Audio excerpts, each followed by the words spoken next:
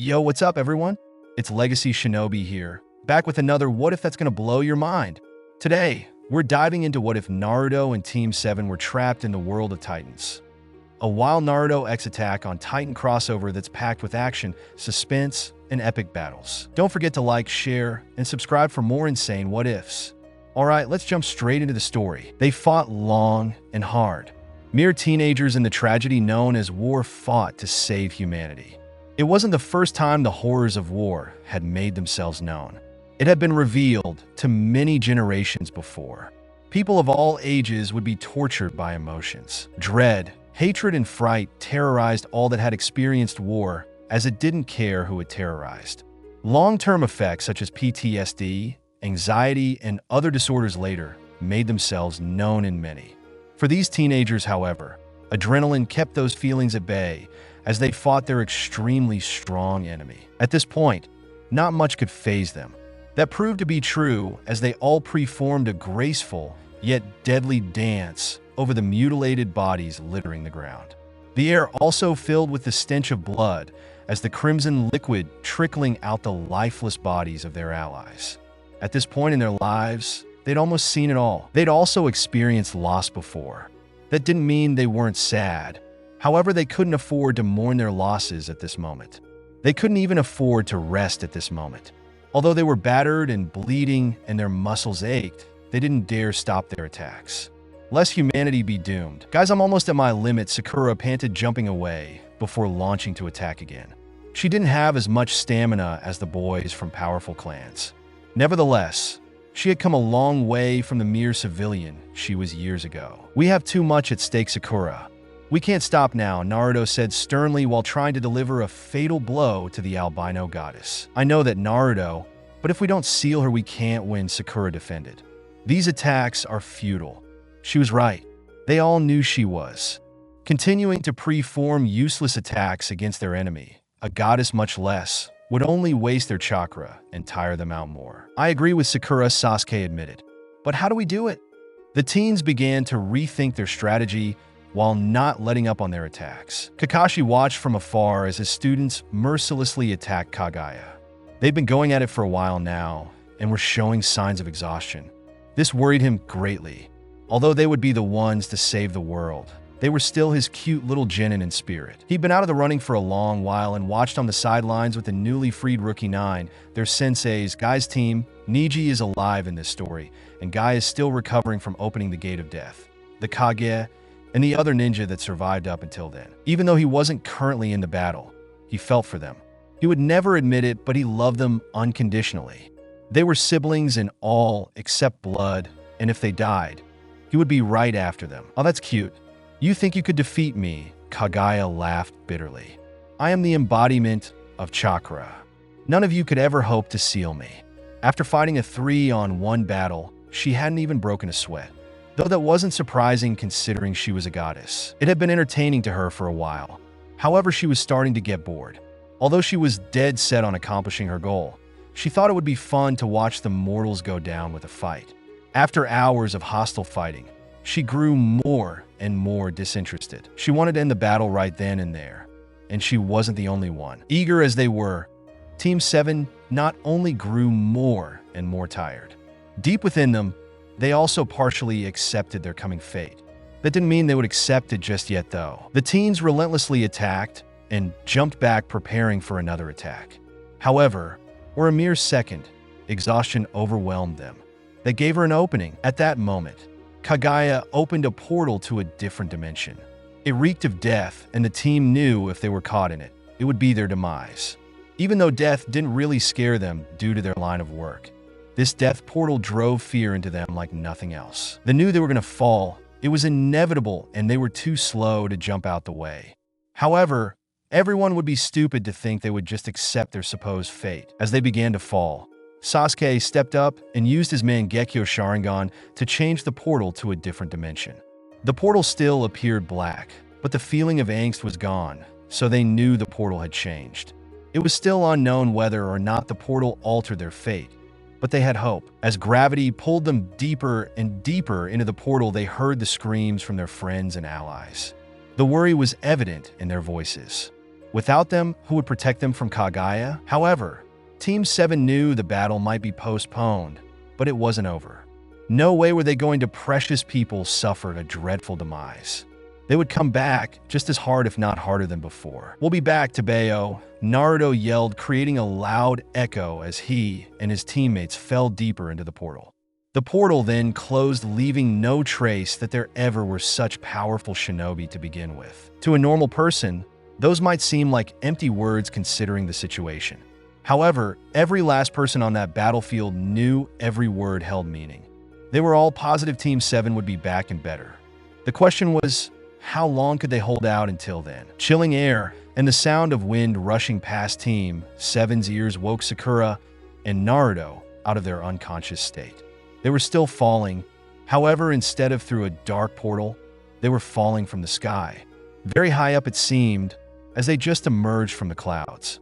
Naruto entered a state of panic. Before he could voice his panic, Sakura did it for him. "HHH," Sakura screeched, temporarily reverting to her old, deafening ways. Naruto couldn't blame her this time, though. He was just as stunned. The trio continued tumbling toward the ground at high speeds. Sasuke was unable to activate his Susanoo and protect them from the fall due to unconsciousness. This was probably a result of using too much chakra to change the portal. Without his Susanoo to save them, limited options were left. They were nearing closer to the ground, closer to their deaths. Naruto then thought quick on his feet, or in the air. "Give me your hands," he urged his teammate. Sakura did as she was told, firmly gripping his hands and grabbing onto Sasuke simultaneously. Warm, foreign chakra was then felt forming a barrier around them just before they hit a couple branches on their way to the ground. The result was the loss of a tree and a medium-sized crater. Right after, unconsciousness took them once again. When Naruto awoke again from the depths of unconsciousness, he found Sakura cradling his and Sasuke's heads in her lap. He listened as she hummed a melody while raking her fingers through their hair in a comforting manner while closing her eyes. Over the years, Sakura would hum to herself a lot, usually to reassure herself and her teammates of their safety. It created a peaceful environment often for Team 7, including the most broody people, Sasuke and Kakashi. Even in this dire situation, Sakura had managed to make him feel peaceful. It was really comforting. After his romantic love for Sakura faded, they developed a sibling bond, and he now loved her as an older sister, just as Kakashi also did as a younger one. Sasuke had yet to return to accept anyone's love. However, in all of their minds, they were all siblings, including Sasuke. He wished he could bask in this calming atmosphere his surrogate sister created for longer, but he knew now wasn't the time to be relaxing. "Sakura," Naruto spoke quietly, but still succeeding in making her jump. "How long were we out for? And what time is it?" he questioned her, looking up at her. "I don't know exactly, but it was bright outside when we were falling, and when I woke up the sun was setting." "It said a while ago," actually, Sakura responded. Sitting up, Naruto sensed for chakra signatures. When none turned up, his eyebrows furrowed. Sakura, who took notice of this, questioned him curiously. "I don't sense any chakra signatures," he explained, noticing the curious look she gave him. Sakura's eyebrows also furrowed. She closed her eyes to try to sense for something before her eyes shot open. It was true. There was still an abundance of nature energy, however, there were no signs of chakra aside from theirs. Impossible. All living creatures had chakra. Even if it was minuscule, it would still be detectable. Unlike Sakura, Naruto was a sensory ninja, so if anyone would take notice of chakra signatures, it was him. Yet, the fact that there was none at all unsettled them greatly. Many different theories flooded their minds. Naruto's thoughts were racing, so fast that it could have put a Nara to shame. It was possible the forest was deserted. Highly unlikely, though. This theory was quickly ruled out when a herd of deer emerged from the greenery. A Jinjutsu was his next thought. No, it couldn't be. His chakra flow wasn't disrupted at all. Nonetheless, it was still worth a try. He shouted while forming a hand sign, and when nothing changed, he also ruled out that theory. He looked around further and took in their surroundings. A forest? They were in a forest? There wasn't a forest in miles of the battlefield. All were destroyed. He retraced the previous events, and then it hit him. They were in another dimension. How could he forget? It was a huge occurrence, yet he had forgotten. On the contrary, Sakura's memory was recalled almost immediately after awaking and let him come to his own conclusion. Naruto had just remembered that they fell into Kagaya's portal before they briefly passed out. It also never occurred to him that falling through a portal, especially one created by a goddess and changed by the eternal Mangekyo Sharingan, could transport them to another dimension. They were surely in trouble now. Not only were they in another dimension, but one without chakra. This was the last dimension humanly thought possible. Isn't chakra needed to survive? Everyone had assumed it was fundamental like blood. Though now that they thought about it, if there were other dimensions, anything was technically humanly possible. This was absolutely crazy. If the circumstances weren't so dire, Naruto would be energetic as ever. However, with the current situation and his lack of energy, he withheld from doing this. He stood up and proceeded to look around some more. Hundreds of feet high stood luscious trees. The forest of death was nothing in comparison. It even put the height of the Hokage monument to shame. The leaves on the tree were so abundant that few light beams passed through. It was especially dark since it was night. The current atmosphere was quite unsettling as they were in unknown territory and the dangers were also unknown. They were both unsettled, but they knew as shinobi they needed to keep a level head and think of a plan. Naruto turned back to where Sakura was currently sitting, with Sasuke's head still cradled in her lap, also analyzing their surroundings. It's getting really dark, and we're in an unfamiliar territory. For now, I think it's best if we climb a tree and get up early so we can scope out the area, Naruto suggested. Sakura nodded and said she'd take first watch, but he quickly protested and said she needed more rest, to which she hesitantly agreed. They then applied chakra to the bottoms of their feet and climbed a tree to reside for the night. It wasn't uncommon for Naruto to get little sleep.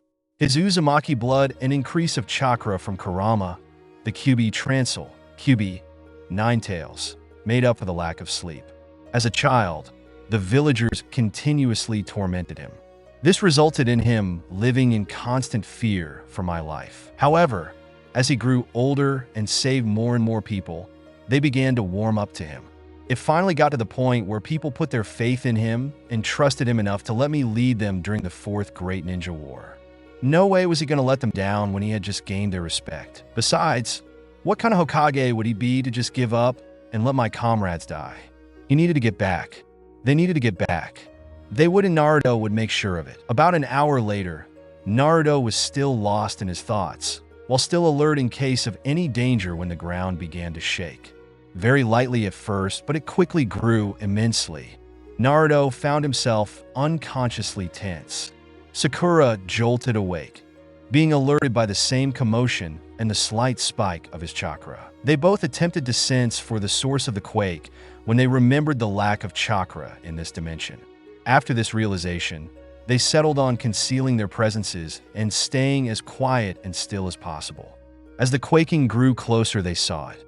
A very faint outline due to the lack of light in the early hours of the morning. Although faint, they could clearly make the figure out. What they saw was a human, but not just any human. A giant human. Naruto and Sakura sat there frozen. It was hard to tell what emotions they were feeling.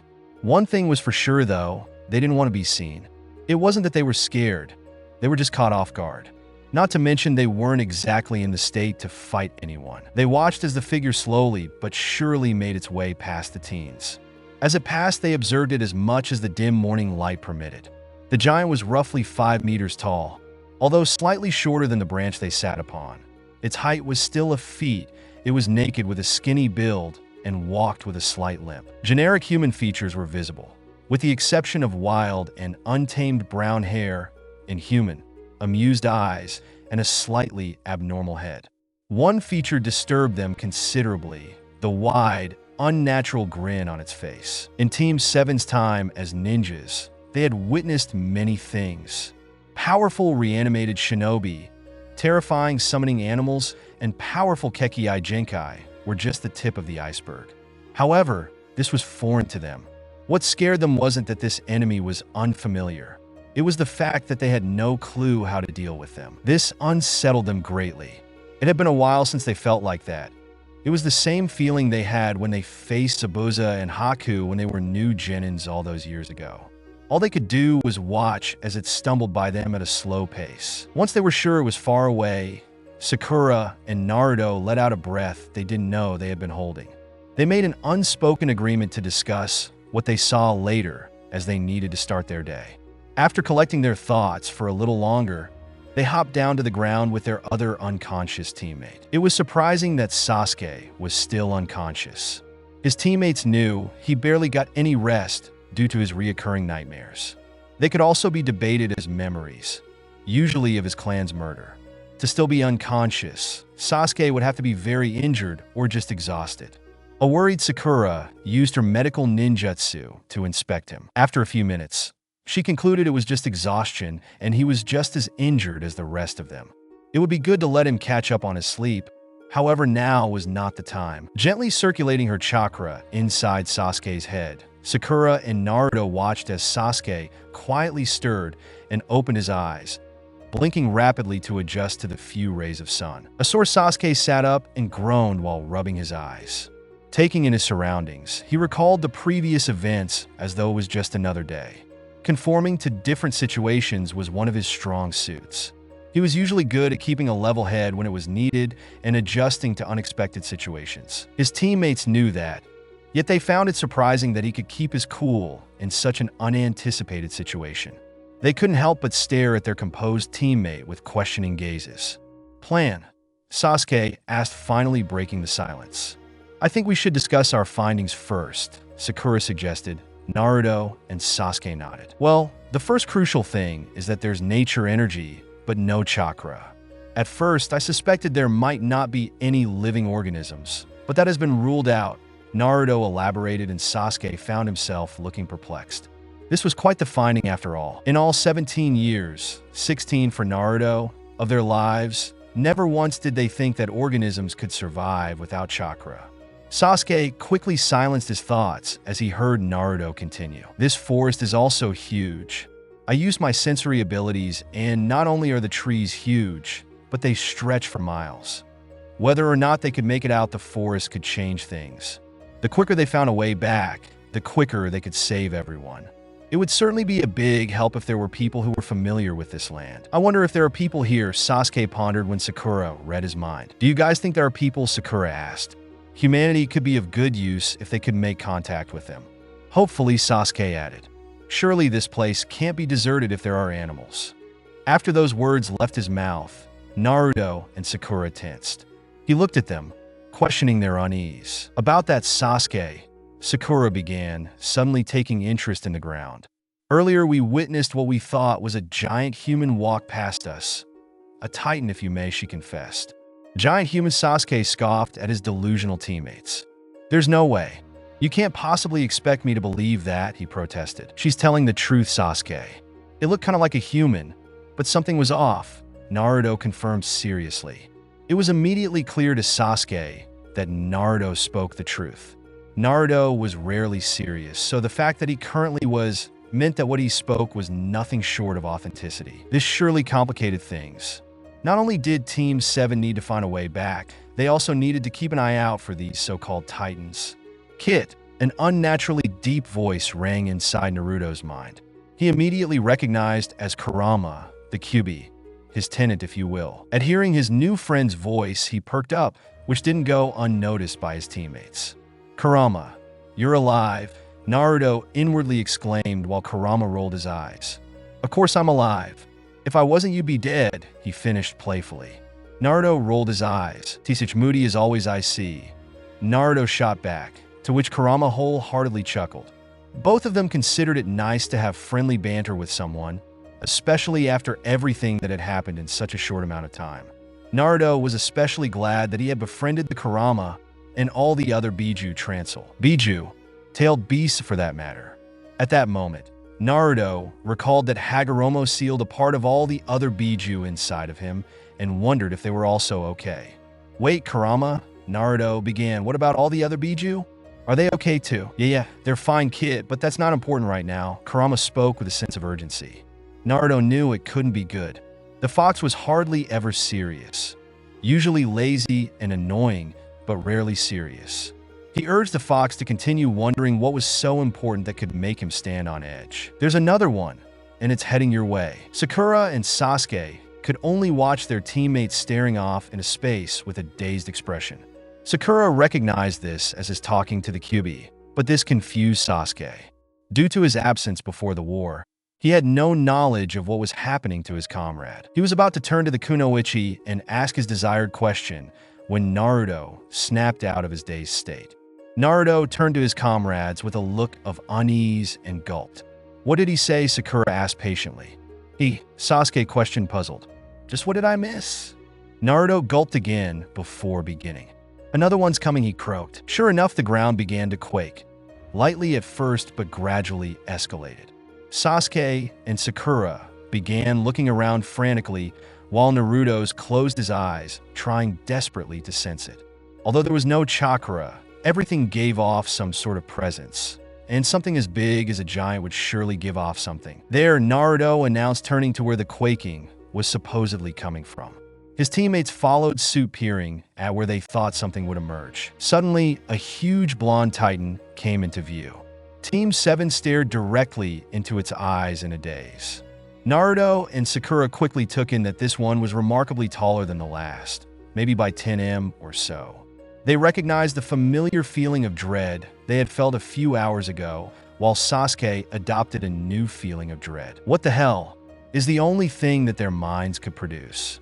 The thing was almost as big as a summoning animal, but it looked so human. The three of them stood there, staring at the Titan while it stared back, having what seemed like a never-ending staring contest. The sheer amusement of the Titan was visible in its eyes and its inhuman smile. After what felt like hours, even though it was mere seconds, a minute at most, the Titan began to move. Breaking out of his tense state, Naruto yelled at the Titan to observe how it would react. "Hey!" He screamed with the loudest voice he could muster. He and his teammates watched as the Titan continued to walk forward with the same expression, as if he hadn't heard anything at all.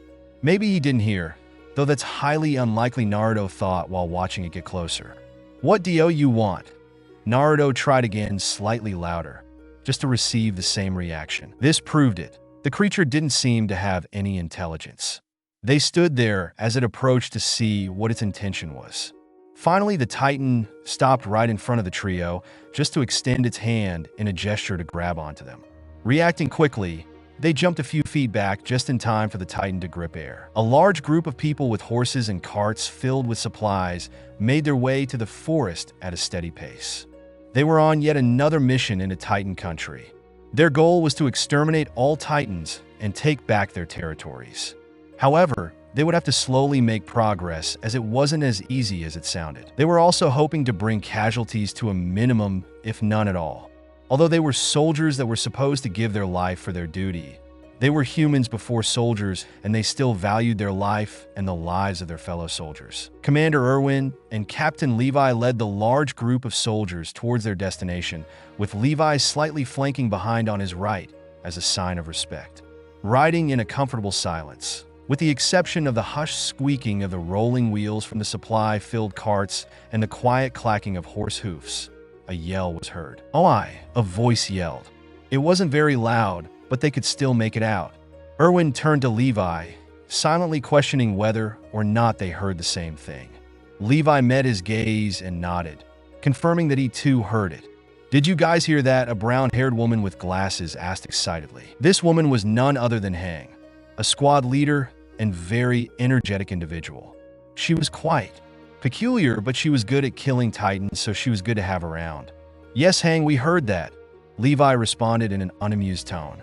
She was always getting on his nerves, though he didn't hate her as much as he made it seem. "Did anyone go on a scouting mission before us?" Hang questioned, almost bursting with excitement. "No, everyone from the scout regiment is currently on this mission," Irwin intervened. That could only mean that whoever they had just heard was not from the scouting regiment. A civilian? No, none of them would dare set foot into Titan country. Another regiment? No, if they wanted to go in Titan country, they would have joined the scout regiment. Levi halted his raging thoughts when another yell made itself known. "Nanjie Hoshi Disu Ke." The same voice yelled slightly louder, catching the attention of the other soldiers. They were able to distinguish that it came from the Titan forest. There was no mistaking it. Someone was surely in Titan country. Who? They didn't have a clue. What was it that they said? The three found themselves questioning. Whatever that unknown person yelled sounded foreign. Everyone in Wall Maria spoke the same language, German, and there was no other races inside Wall Maria due to them dying off with the coming of Titans. That's when it hit them. Whoever this was, they weren't from Wall Maria. People outside of the walls, they questioned in awe. This information could either be their rise or their downfall. Nevertheless, this could be humanity's hope. The existence of people outside the walls could be proof of a brighter future. Attention soldiers. Irwin boomed authoritatively, gaining everyone's undivided attention.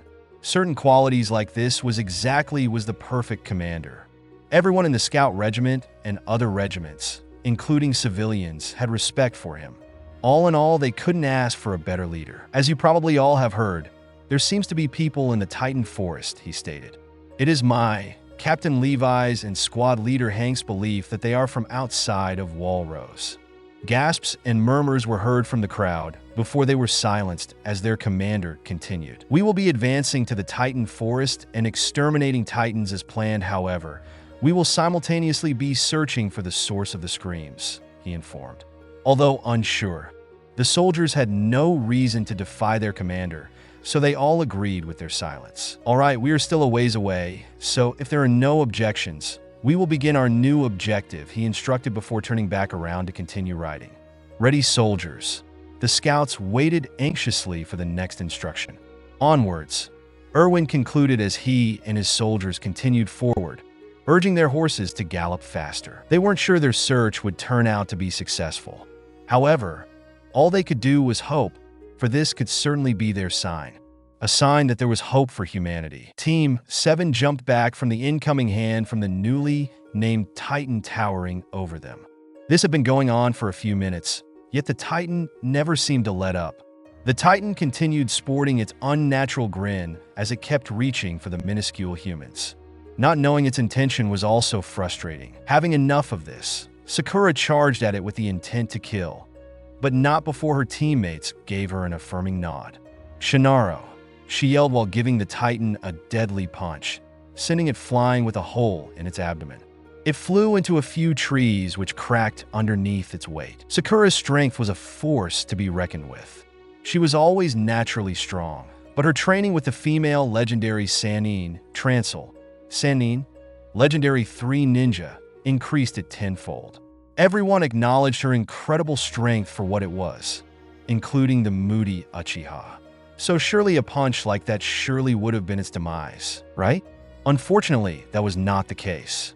Horror was written across their face as they watched steam rise from its once punctured abdomen to reveal a fully healed one. After its stomach was restored, it continued to pursue the trio as if nothing happened. Regeneration, the three thought simultaneously.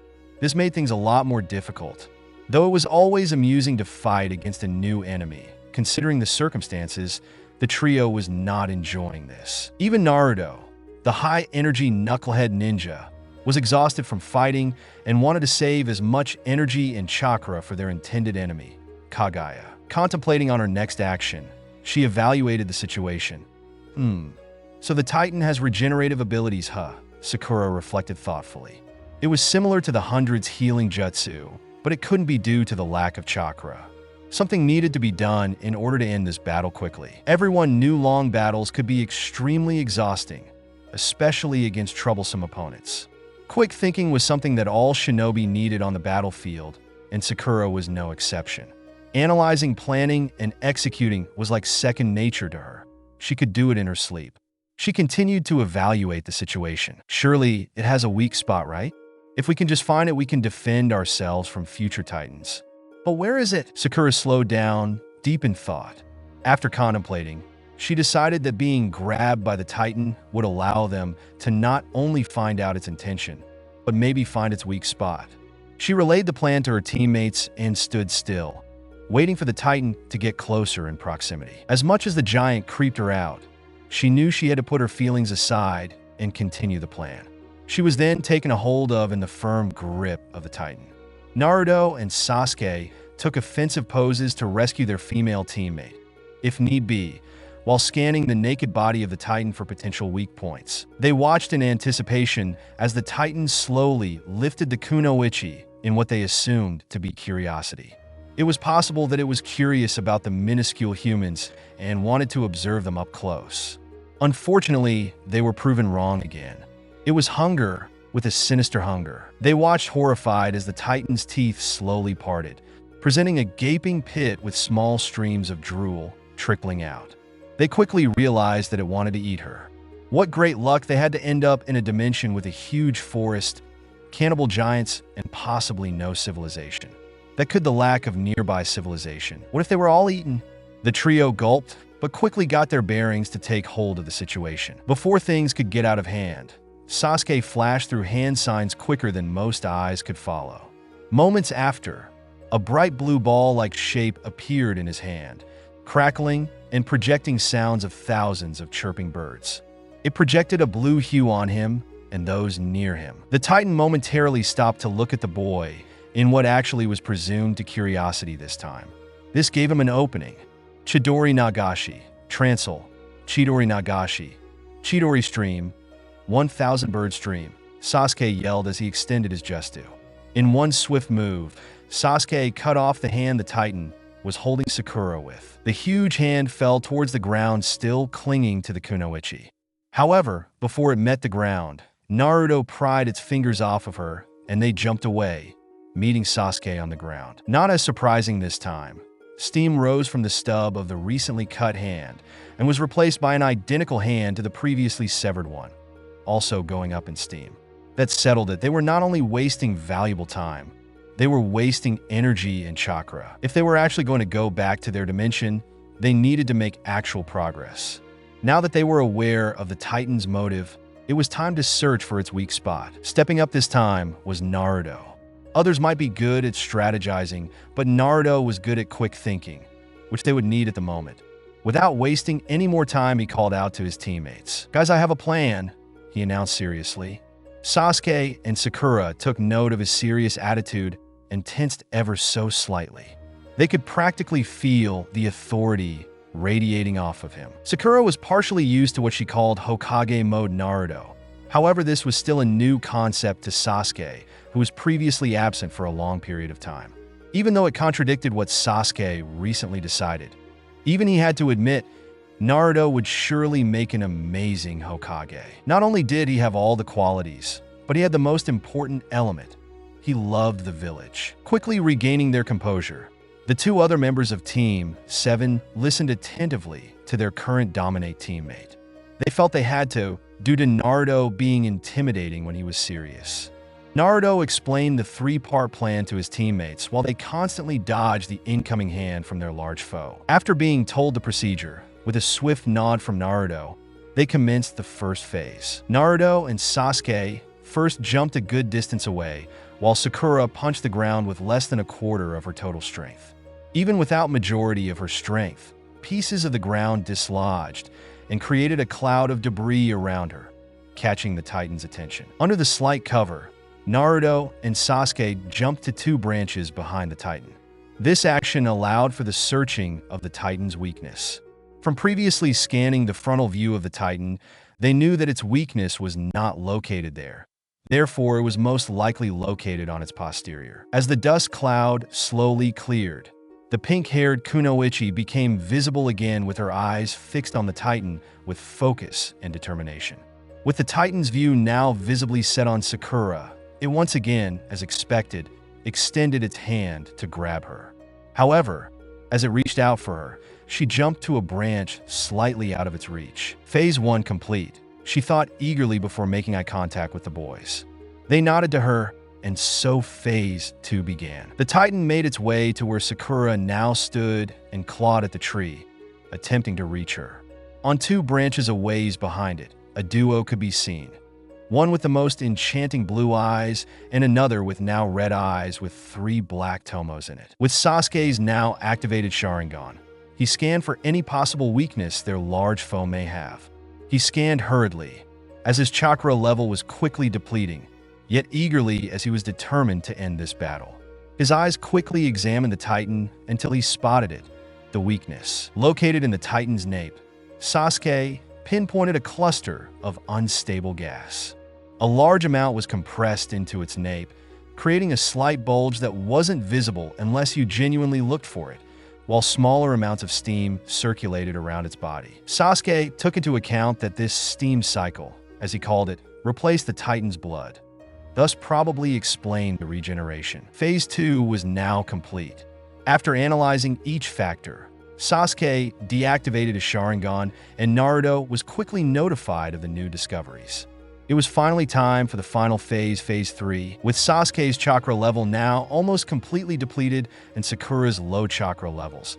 Along with her not being aware of the recent discoveries yet, it was now up to Naruto to fulfill the final action, killing it. It was no secret that he had always had naturally high chakra levels due to his Uzumaki blood, along with their high stamina and the additional chakra of the Kyuubi, but he now had the additional chakra of the other 9 Biju.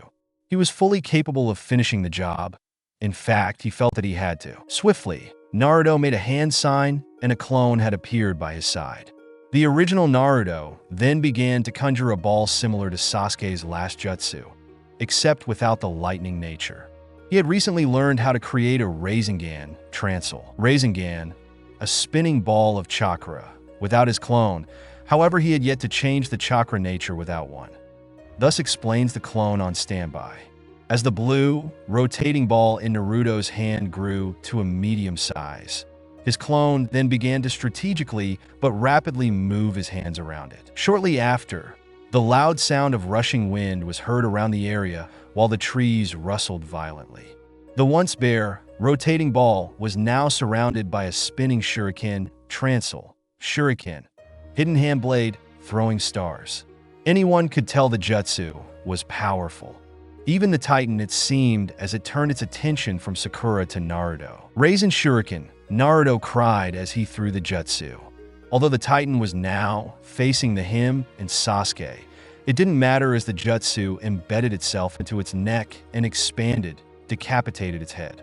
Its headless body fell to the ground soon after, accompanied with high levels of steam rising out of it. With their phone now out of their hair, Team 7 jumped down into the clearing and collapsed on their backs. All that was heard was heaving as they stared at the sky, slightly covered by the dense greenery. After catching their breath, the voice of their blonde teammate broke the silence as he called out to his comrades as teammates hummed in acknowledgement, and he continued. I have an idea. Sakura and Sasuke sat up and listened intently to what Naruto would soon announce. He first relayed the newfound information from their recent battle to Sakura, in which she absorbed the information quickly. She was top kunoichi after all. Not only would the information be crucial to the plan, but it could come in handy later. Naruto finished relaying the discovery and cleared his throat before speaking again. Upon defeating the Titan, I developed an idea. Naruto spoke once again. Naruto? Another idea? Sasuke scoffed inwardly, clearly skeptical. He knew Naruto wasn't stupid and was capable of devising plans. However, he had already thought of a plan in the previous battle. He found it hard to believe Naruto could even develop a second plan, let alone before him. Nonetheless, he stayed quiet and listened to their teammate. Naruto interpreted their silence as insurance to continue. With the amount of chakra I have now, I should be able to maintain 2 shadow clones. I could make more, but it'd be better to make 2 since the other part of the plan needs a lot of chakra. The clones will hinge into titans and walk around the forest to observe and will disperse if anything useful is found. The only thing is instead of evaporating into steam, they'll disperse into smoke, but it's kind of similar, so it won't seem too out of the weird, you know. Sasuke was taken aback. Since collapsing on the grass along with his team, he hadn't even thought of a next move, let alone a whole plan. Then surprise turned to jealousy. He may not have been revenge hungry any longer, but he was still power hungry and jealous to an extent. I should be calling the shots, Sasuke fumed inwardly. Over the years, he had recognized Naruto's power and grew to respect him, hiding it away behind a cloak of resentment. But for that matter, he also craved the power that Naruto had. Although he no longer hated Naruto, he never did for that matter. The inferiority he felt was still prominent. Sakura, on the other hand, was both impressed and proud of her blonde teammate. Naruto was commonly known to jump head first into situations with no plan, but was made up for with his ability to adapt quickly. However, here her reckless teammate was with a full plan. He sure was unpredictable. She was proud to have him as her teammate, little brother, and her comrade. Guys, are you listening?" Naruto questioned after a minute of silence. His fellow teammates were snapped out of their thoughts, realizing they had been zoned out. "Yeah, sounds good." Sakura grinned a wide smile, showing her admiration, although it would never rival Naruto's smile. "Achin." Sasuke responded, forcing his emotions down, while projecting an indifferent aura. He was still an Uchiha after all. "Great," Naruto concluded while grinning. With a hand sign, two doppelgangers appeared beside the blonde. After poofing into existence, they swiftly hinged into titans. One stood at a whopping 15 meters tall. This one also had large eyes accustomed by dark, sunken-eye bags. Its frame was slim, with its ribs slightly perturbing from its waxen skin. On its head rested short hair, with a few bald spots. The other stood at 7 meters tall and looked very malnourished, with a large stomach and deep sunken ribs. It had black beady eyes and shoulder-length hair that was mangled in some places. Finally, the most recognizable feature on both titans was the inhumane grins adorned on their faces. It made Team 7 cringe as they looked upon them. The titans towered over the trio for a few more moments before carefully turning, as to not step on them, and disappear into the dense greenery to gather information. "All right, team, let's get moving." Naruto gushed enthusiastically, receiving a nod from Sakura and an Achin from Sasuke. The trio swiftly turned and ran at steady speed to conserve chakra in the opposite direction of the titans. They disappeared into the thick foliage. As the scouting regiment neared the forest, they all had mixed feelings. The anticipation of a new discovery and the sudden, unpredictable situation kept them on edge. It was as if they had just joined the scouting regiment for the first time again, which for some was a reality. However, this time, the mixed feelings were shared by the entirety of the army. When was the last time they felt this anxious? Surely just this morning, they were worried for dangerous expedition, but now an unknown factor had come into the equation. It left them uneasy. The army continued traveling in silence until they were just before the tree line. Stopping just before it, they noticed small amounts of steam rising from the dense greenery. If the faint screams they could hear from before weren't proof enough, surely all doubts had been washed away with this sight. Someone or something was in the forest. The aura that radiated off of the army was almost visible. For many, it was fear. For others, it was unease.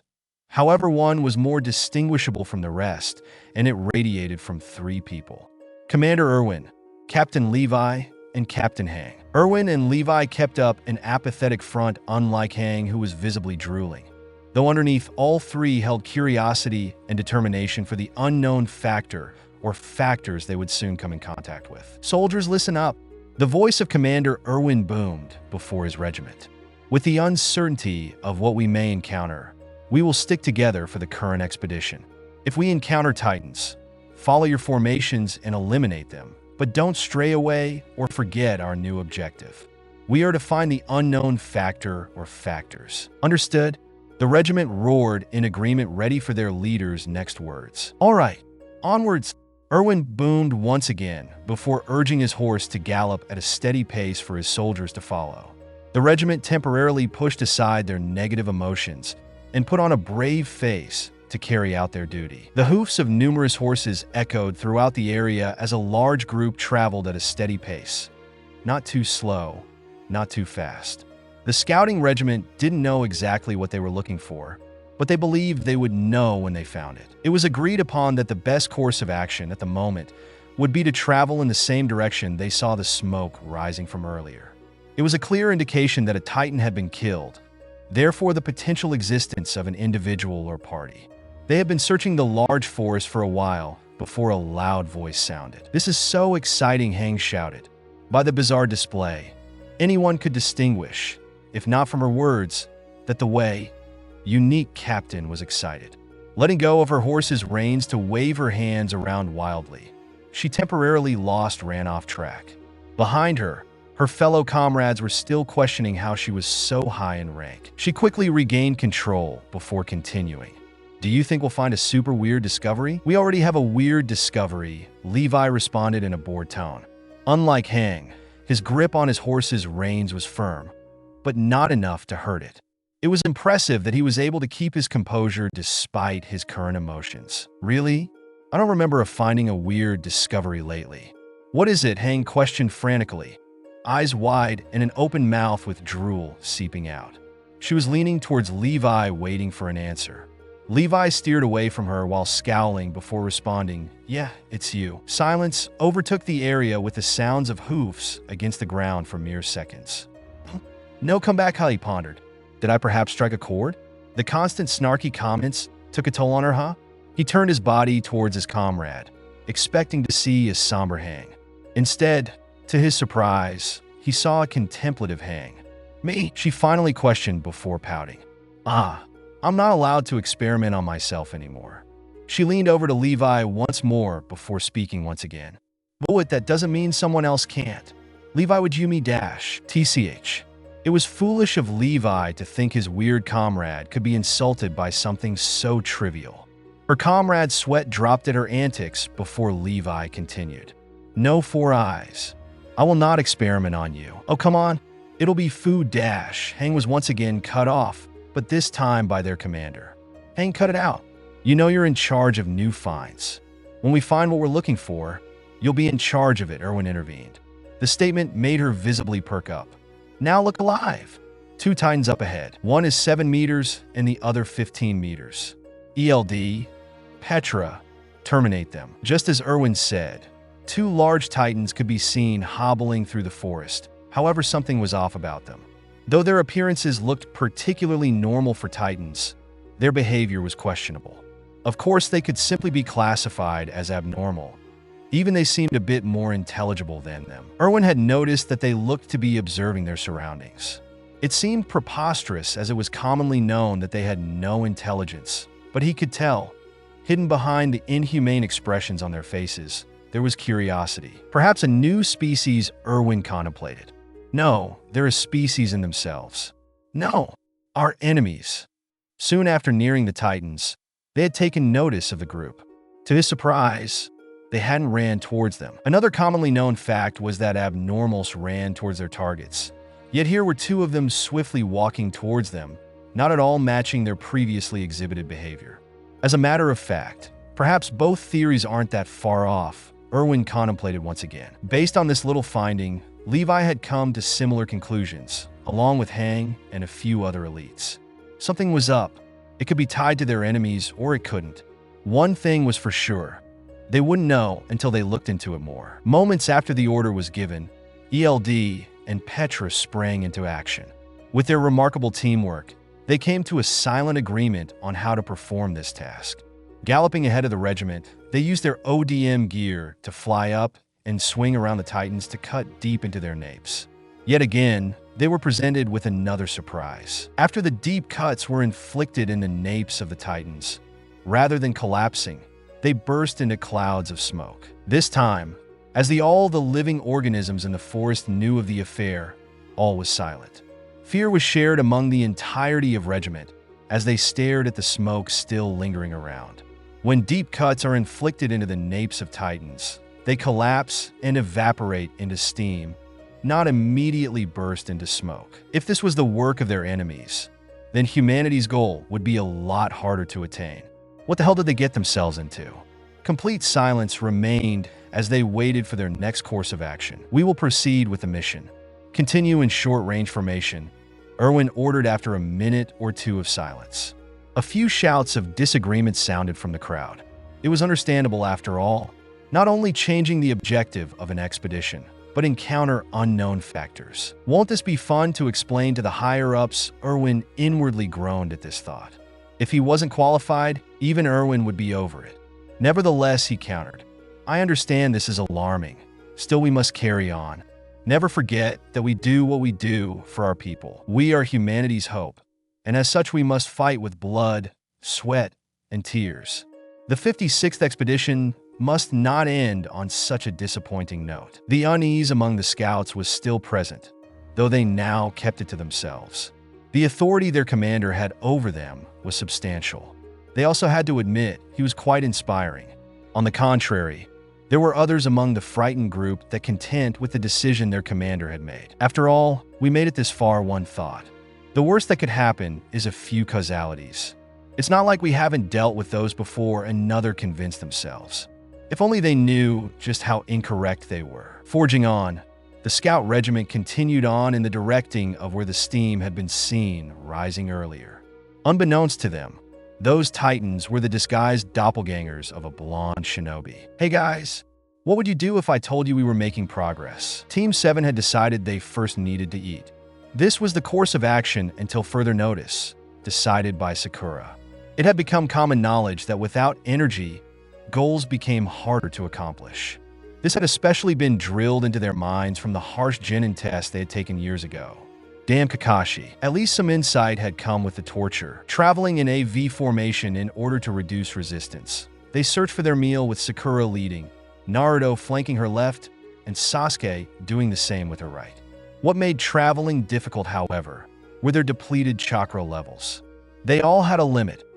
Even Naruto, despite his vast chakra levels, grew tired. Suspiciously, little to no chakra had been restored. The reason was unknown, but Naruto had a few theories in mind. None were developed, however. None of them were in the best shape, but they were holding up surprisingly well, considering they had just come from a battlefield, save for Sasuke, who looked like he was about to collapse. Nevertheless, not wanting to delay their plans any longer, Sasuke put on his usual resilient demeanor, which could be seen through by his comrades. He was surprisingly considerate for a rogue ninja. Naruto and Sakura shared a brief look of concern amongst each other, which didn't go unnoticed by Sasuke, yet no words were exchanged. After all the time spent with and away from Sasuke, they wanted him to be able to depend on them. As if the indifference wasn't bad enough, the situation was also extremely tense and awkward. They hadn't had a moment to discuss any of Sasuke's previous actions. It totally wasn't as if he suddenly showed up 3 years after abandoning the village, agreed to help in the war, and announced he wanted to be Hokage or anything. While he spouted hateful words, he did also save Naruto and Sakura numerous times, so they were unsure where exactly he stood. Contemplating whether to address the issue or not, the sound of twigs snapping were heard up ahead. Sakura acknowledged the incoming threat by notifying the two of the Titan. Now that they knew how to deal with them, a swift cut with a chakra-induced kunai or shuriken to the nape would do the trick. Their solution to the considerable height difference was traveling on branches slightly taller than the Titans. With this strategy, they were able to keep their presences to a minimum, managing to only draw attention when overhead a Titan. It was also what they were used to as shinobi. Though the large spaces between the branches made it slightly difficult to leap, they found themselves adjusting as time went on. Without dispensing any extensive amounts of chakra, the Titan was taken out by Sasuke's Kusanagi. Using momentum from the Titan's falling corpse, he regained his balance on another branch and forged on, this time leading the formation. Naruto and Sakura watched as all traces of blood evaporated into steam. Along the way, Team 7 encountered multiple other Titans, but was able to cut them down easily. This continued in similar events, as they took turns disposing of the Titans, until the trio was used to the repetitions.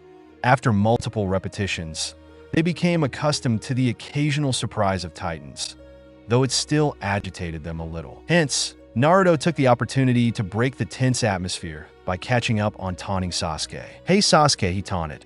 "That one kinda looks like you. Don't you think?" he continued while pointing to an upcoming 7-meter. Even amidst the irksome situation, Naruto found a way to continue being the lovable knucklehead ninja everyone loved and adored. Except Sasuke at the moment, as he visibly fumed. Looks like over the years, Naruto had chipped away at that cold exterior, Sakura thought as she listened unamused. "Tisish dobe, trancel, dobe, dead last," Sasuke muttered his curses before smirking. "Actually, dobe, I think it was more like you. Considering it was so weak," he countered. This time it was Naruto, who fumed while glaring at the now smirking Uchiha. He muttered a stupid team, trancel, team, bastard, under his breath before halting. His teammates halted shortly after him, wondering why he had stopped. "A deer. Up ahead," he voiced. Sasuke and Sakura couldn't see it as it was further ahead and out of sight. Even Naruto couldn't. However, while battling their first Titan, he had come to realize that while living organisms in this dimension didn't have chakra, they still had a presence. In fact, he had recognized this distinct presence as the same Titans had, just to a smaller degree. His theory was that these organisms had this steam as a replacement for chakra. It made him question whether or not all living organisms inherited these instead of chakra. He would have to discuss this with his teammates in the near future. However, for now, he decided they had spent enough time was wasted. I'll catch it. Sakura, you search for additional edible vegetation, and Sasuke, you start a fire. Naruto ordered before setting off in the direction of the deer. Sakura had no quarrel with the order and immediately set off to complete the task. Sasuke, however, grit his teeth. Not only was he still unhappy about having to follow the orders of former teammates, but he once again showed signs of collapsing. He grit his teeth for a moment longer before settling to also complete his task, much to his annoyance. If anything, after they finished eating, he could start calling the shots. Minutes later, Naruto returned to the previous spot with the now deceased deer. Simultaneously, Sakura had returned with edible berries that were collected with her knowledge of vegetation. However, instead of returning to the heat of a fire, all that was found was a panting Uchiha on all fours beside a pile of sticks. When asked why the young man was so out of breath, they received their answer. Sasuke had attempted to use the prized Uchiha clan jutsu, fire style, fireball jutsu, but due to his extremely low levels of chakra, collapsed. Naruto and Sakura once again shared a concerned look.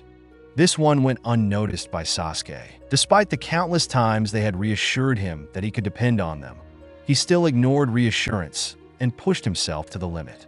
They hated how distant he was, so without any further thought, Naruto shared majority of his leftover chakra with Sasuke. It was no big deal, as each Bijou contributed a fixed amount to their favorite mortal, save for Kurama, who was still regaining his chakra. Sasuke's breathing slowed until it was completely under control and stood up, suddenly feeling energized.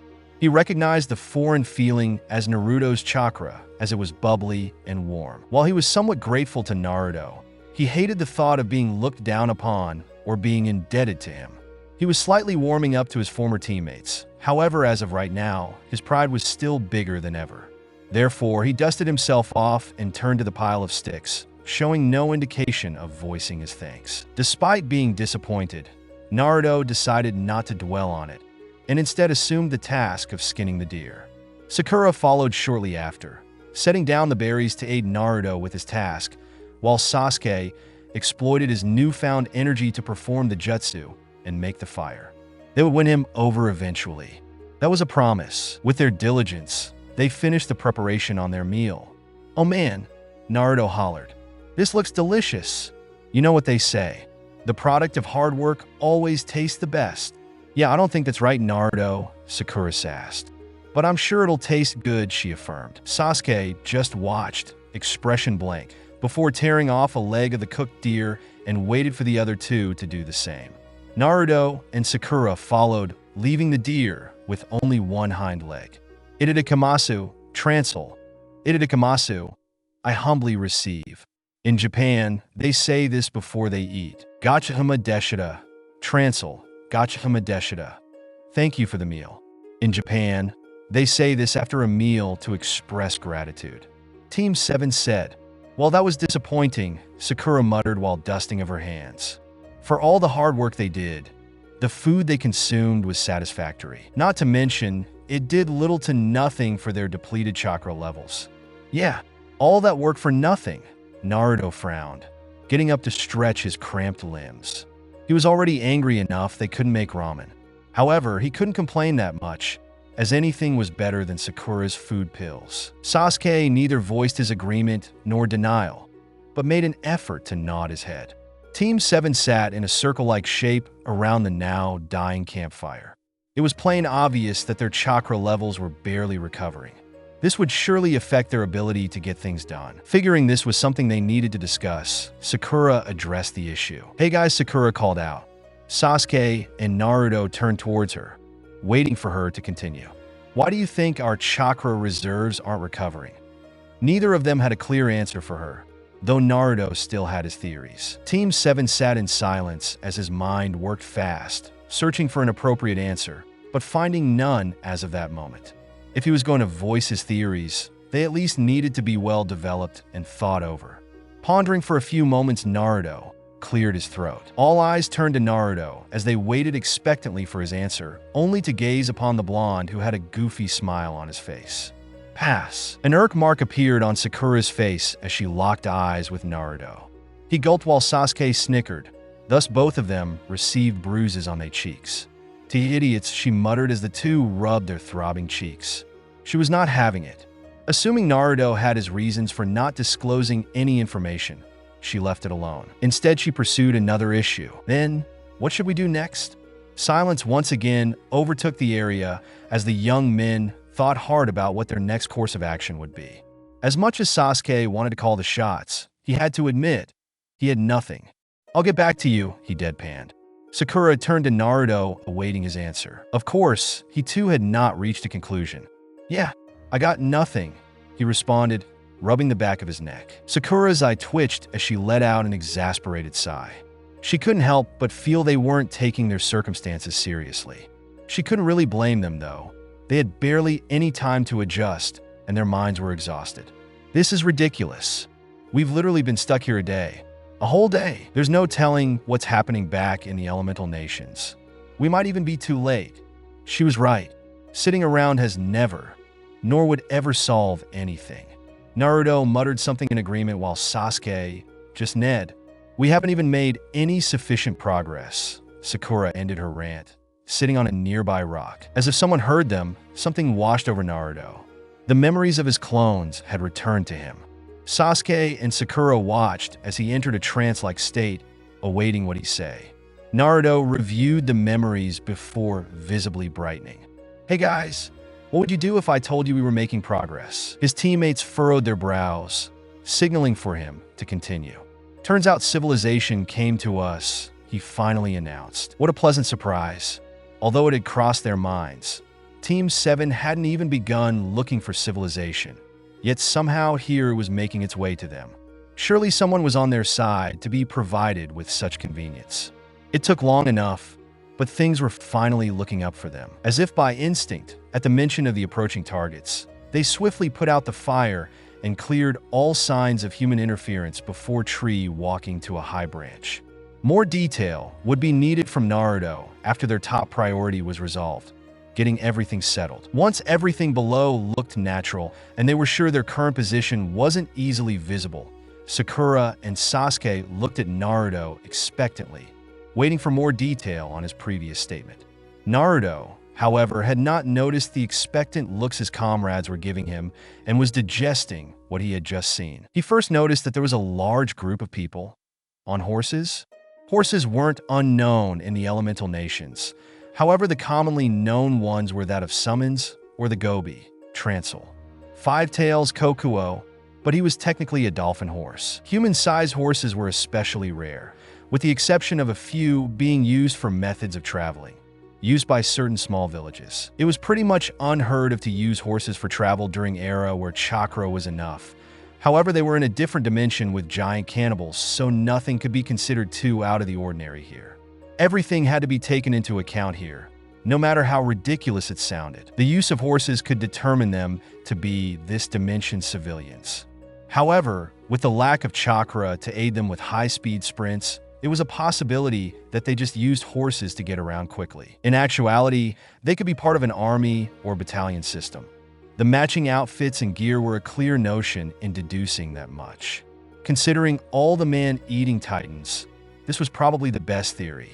Naruto also took into consideration the way his clones were slain efficiently, as if they had been doing this like clockwork. It was impressive how they adapted to their environment and duty to slay their enemies without chakra by using their waste mechanisms. They weren't as efficient as using chakra, but it was better than Naruto. A pink-haired kunoichi yelled, unaware of the sheer volume, until both her teammates flinched. The addressed shinobi snapped out of his musings upon hearing his name and was met with an irritated look from Sasuke and an impatient look from Sakura. "Sorry I zoned out," Naruto laughed sheepishly while rubbing the nape of his neck. This was a common occurrence that left many impatient. You would have to work on that. You really have to work on your attention span, Sakura huffed. Regaining her composure from the yell she just let out. It had probably been only a minute, but time was essential. Sasuke nodded his head in agreement, irritation still visible on his face. Their situation must have been dire if Sasuke was willing to show this much emotion in such a short amount of time. Naruto and Sakura found it amusing. This time, he noticed the expectant looks both him and Sakura were giving him. This time, he was alert and prepared to share his observations and theories with his comrades, right?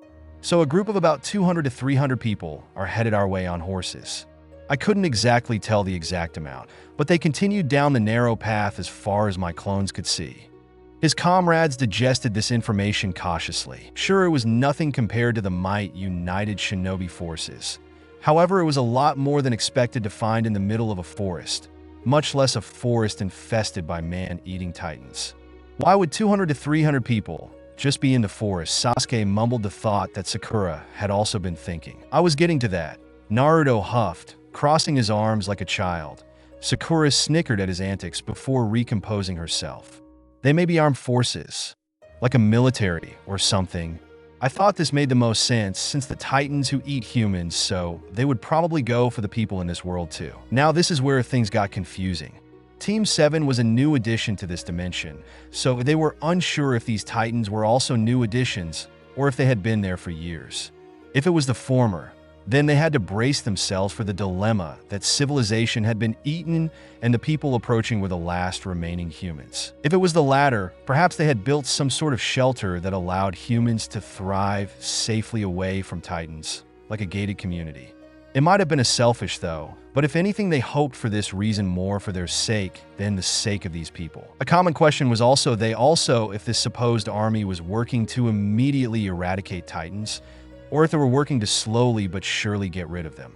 Although they had just arrived, it was quite obvious that the sheer amount of Titans would make the latter difficult. Naruto split his legs on either side of the branch and leaned back onto the tree before picking up where he left off. It's also confirmed that chakra doesn't exist here, but they have something else. I had a theory that instead of chakra, all living organisms, including people, in this dimension had the same steam that Titans had. The only difference is it's smaller. Small enough that they don't have the same abilities that the Titans have. After my clones encountered the people, I was able to deduce that my theory was true. Again, Naruto's comrades were stunned silent at the thoroughly thought through theory. Sakura felt nothing but content with the new information and her teammates' hidden intelligence, while Sasuke continued to realize that he might not be fit for Naruto's role as leader? Analyst? Of course, while he was becoming aware of this, he wouldn't let himself come to terms with it just yet.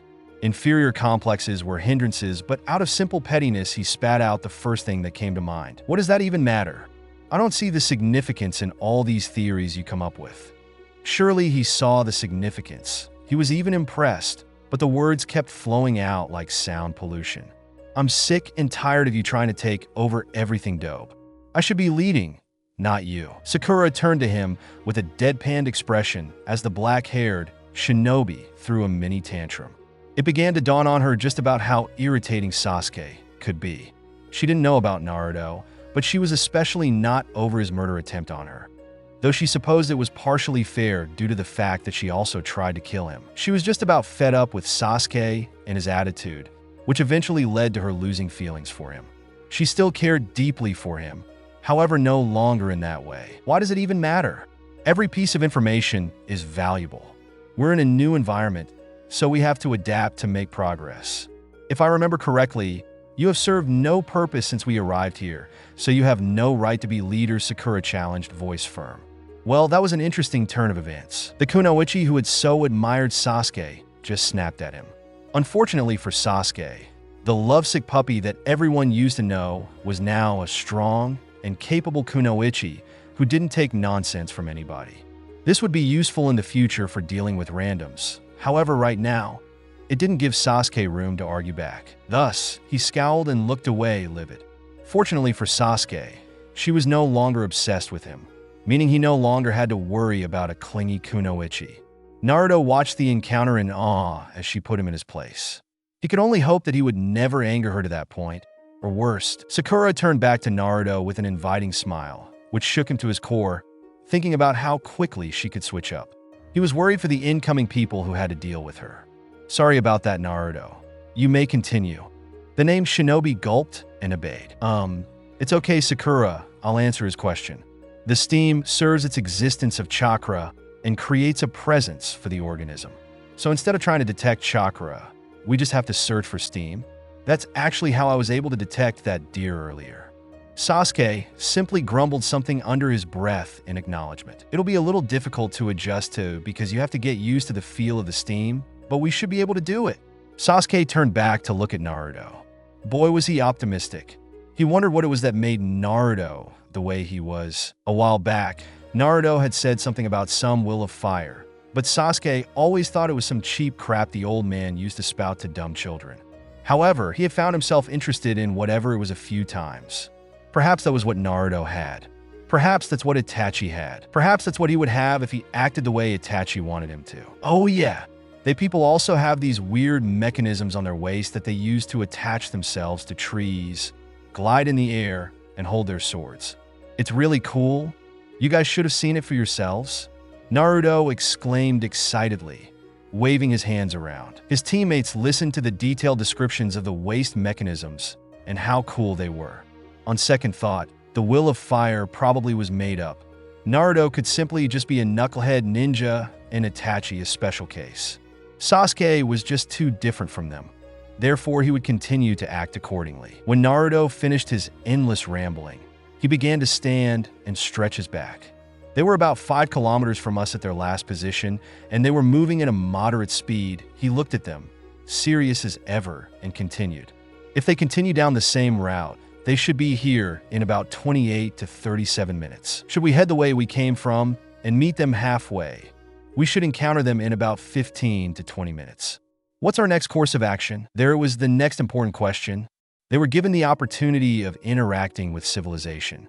Depending on how the trio handled this, the full course of their objective would be determined. Therefore, their course of action would have to be handled delicately. Honestly, it sounded like a riddle, and the Lord knew that Naruto was terrible at those. He was, however, good at coming to conclusions, specifically helping others reach conclusion. His talk no jutsu was a definite notion of this. Although Naruto had given Sasuke and Sakura a run for their money, this is where he would let the choice lay. Thus, deciding making the decision wasn't his place, he decided to simply influence the decision. He turned to Sakura, who was currently fidgeting with her fingers. What's the best course of action? She had called a shot or two, but as of now, she didn't consider herself fit to make this decision. Ultimately, it was up to one of her teammates to make. Sakura met Naruto's eyes and shook her head, letting him know her thoughts, to which he nodded. The whole encounter didn't need any words. Due to process of elimination, that left one person. Surprisingly, they hadn't even had to voice their thoughts before Sasuke cleared his throat. Sasuke was actually more than happy to finally be able to propose something, especially after he had been violated by the pink-haired Kunoichi. Though, it did humble him quite a bit. With this proposal, he would have made a great contribution to their self-assigned mission. It was now his chance to take the lead. He didn't always need the input of his former teammates. It's not a complete plan, but what if we wait for them to get here, but we don't reveal ourselves? We'll still make contact, but we'll have time to observe and deduce how we should interact with them. Surely it was a good plan. Naruto and Sakura both thought so. They were more so surprised as this was the longest he had even spoken to them in a long time. He even contributed without having to be asked. Maybe I should have went off on him from the beginning, Sakura thought mischievously.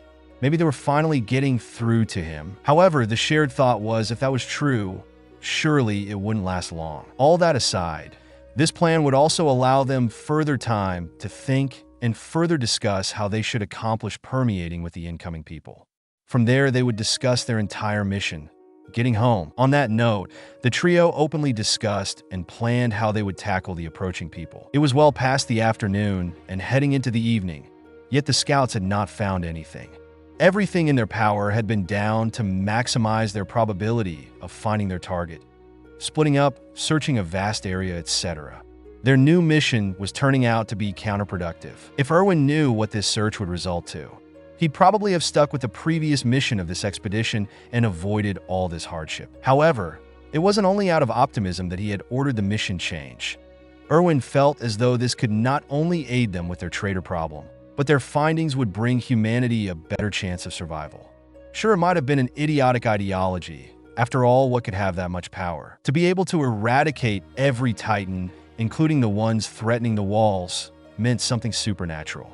He wasn't sure anything like that was out there, but perhaps something more subtle and more believable. Something like a Titan shifter loyal to the walls. He was positive enemy Titan shifters already existed due to what had happened to Wall Maria. Another theory was that there were survivors outside of the walls. That wouldn't necessarily help them with their Titan problem, but it could mean other civilizations were out there. Yet even though this inquiry was quickly going to nothing, Irwin found himself obsessing over the sheer absurdity of it all. Everything pointed to the existence of another being besides wildlife in this forest. The multiple places steam rose from, the shouts, heck, it even looked like someone had been resting in an area, but that may have been from wildlife. So, why was nothing turning up? It definitely felt like someone was playing a trick on him. He didn't like it. The scout regiment watched their frustrated commander with bated breath after he had called them back from their searches. They had been through hell and back all day, though they were slightly grateful due to the fact that there were minimal casualties due to the mission change. They only hoped that it would stay that way when they ended this pointless mission. Any luck? Their commander finally asked, frustration visible in his voice. The mumbles of denies were good enough answers for Irwin to finally drop the intention, though hesitantly, and forget about the objective altogether. Much to Levi and Hank's dismay, as they truly believed that finding the target could be used to their benefit. Nonetheless, they complied and mounted their horses to prepare for the long journey back from the uneventful expedition. Perhaps they could slay a few Titans on the way and call it a mission complete. The scouts rode on closer to the edge of the forest at a moderate pace. While many were relieved with the change of heart from their commander, some were disappointed and still wanted to pursue their target. Meanwhile, they were unaware of the 3 stealthy teens overhead. For the entirety of the search, Team 7 had been analyzing everything they could about their targets. They had been assigned tasks by Sasuke to analyze before getting up close in person, but far enough to not be noticed. For one, they all noticed that those people looked different. Some features they had weren't commonly seen on people from the elemental nations.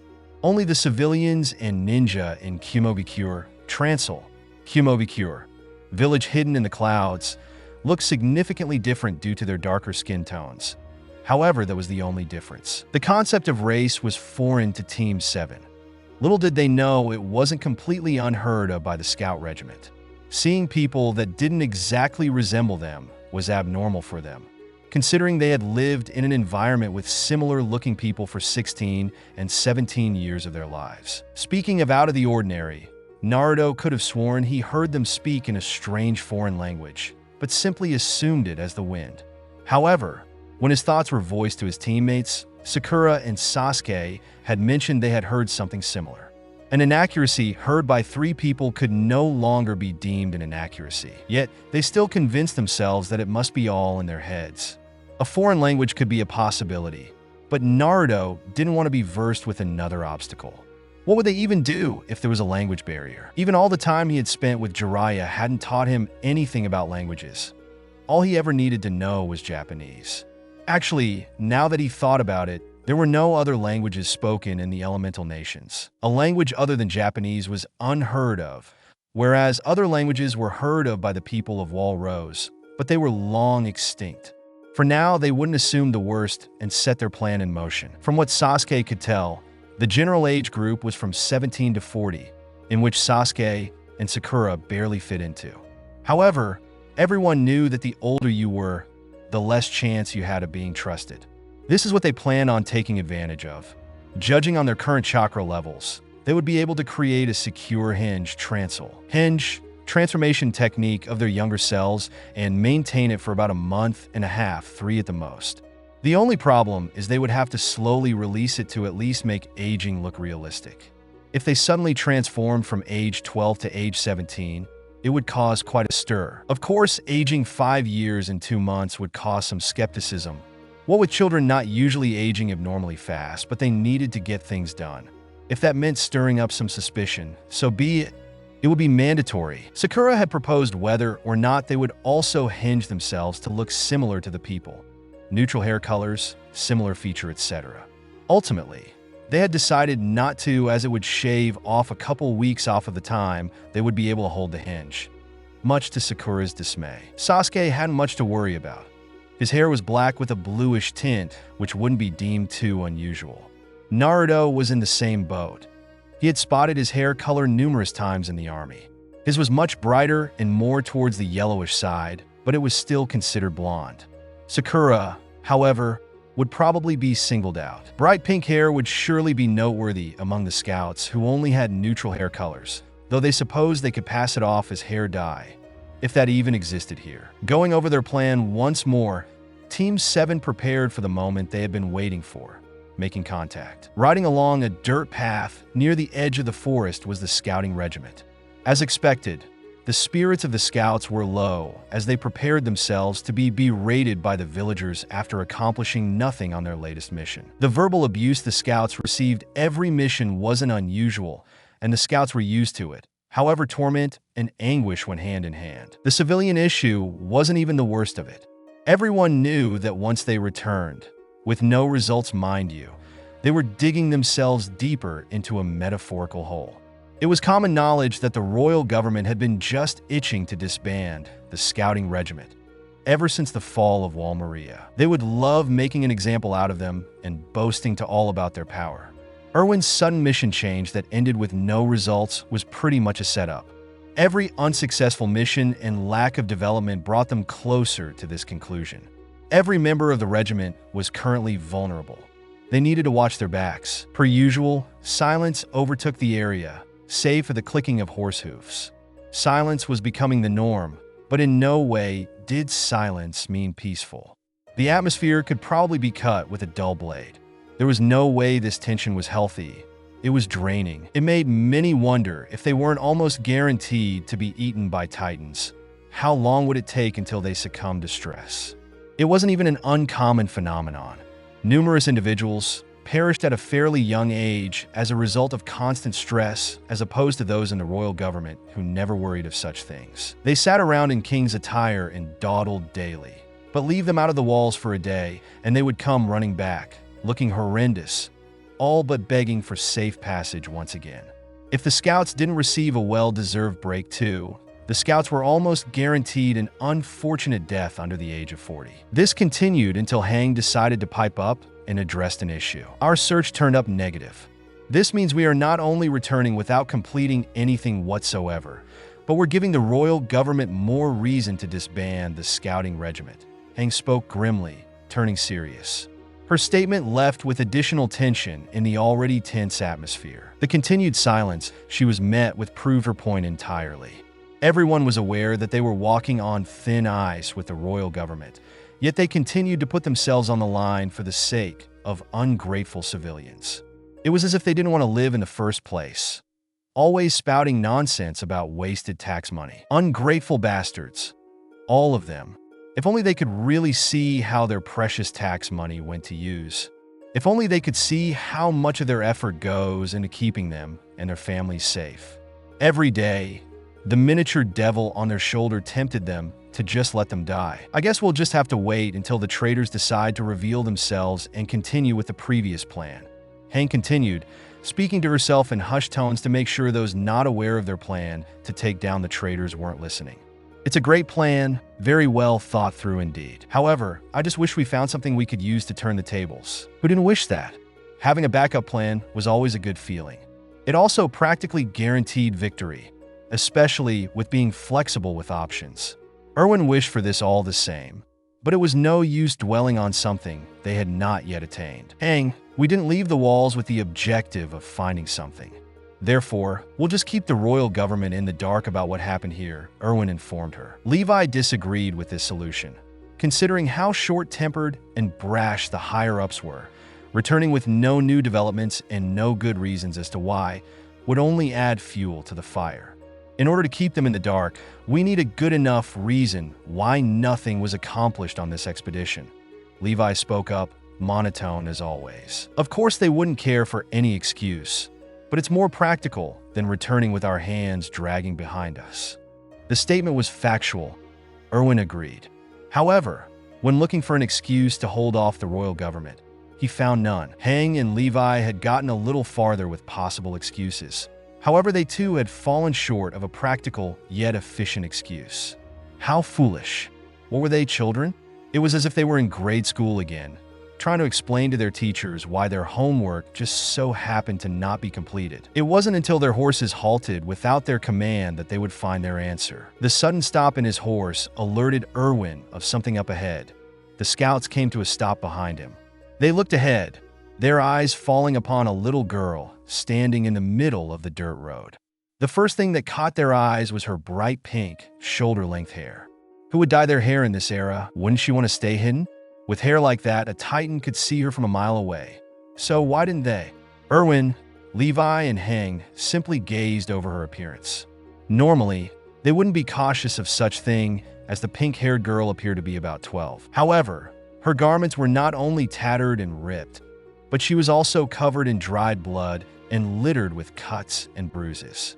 This implied she was either victim of a heated battle, she was caught in the crossfire of a heated battle, or she was the instigator of such battle. Thus, they regarded her with caution. Her mesmerizing emerald eyes narrowed as she appeared to do the same. For a while, all stayed the same, a drawn-out standstill until the regiment broke out into whispers. "That's a child," was a phrase that was commonly heard in the crowd. "Wow, what colorful observations," Levi inwardly scoffed. Though, he could understand the hushed frenzies. This was not only a child, but it was one found outside the walls. Regardless of if she was from the walls or not, he still posed the question, how has she survived out here?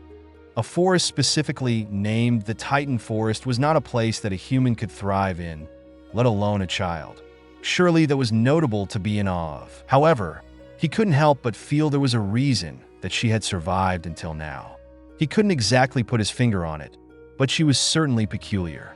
It sounded ridiculous, he knew, but he had a feeling something could become of her. Perhaps a great soldier. The stares and whispers were starting to go on for too long, though. Levi was aware they couldn't stare forever in fear of scaring her off.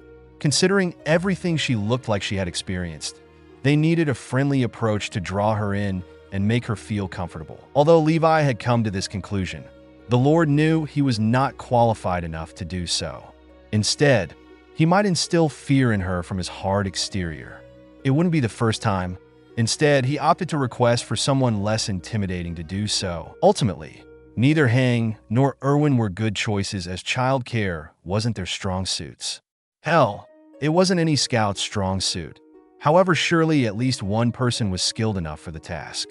Thinking over possible candidates, he began to consider those from his team.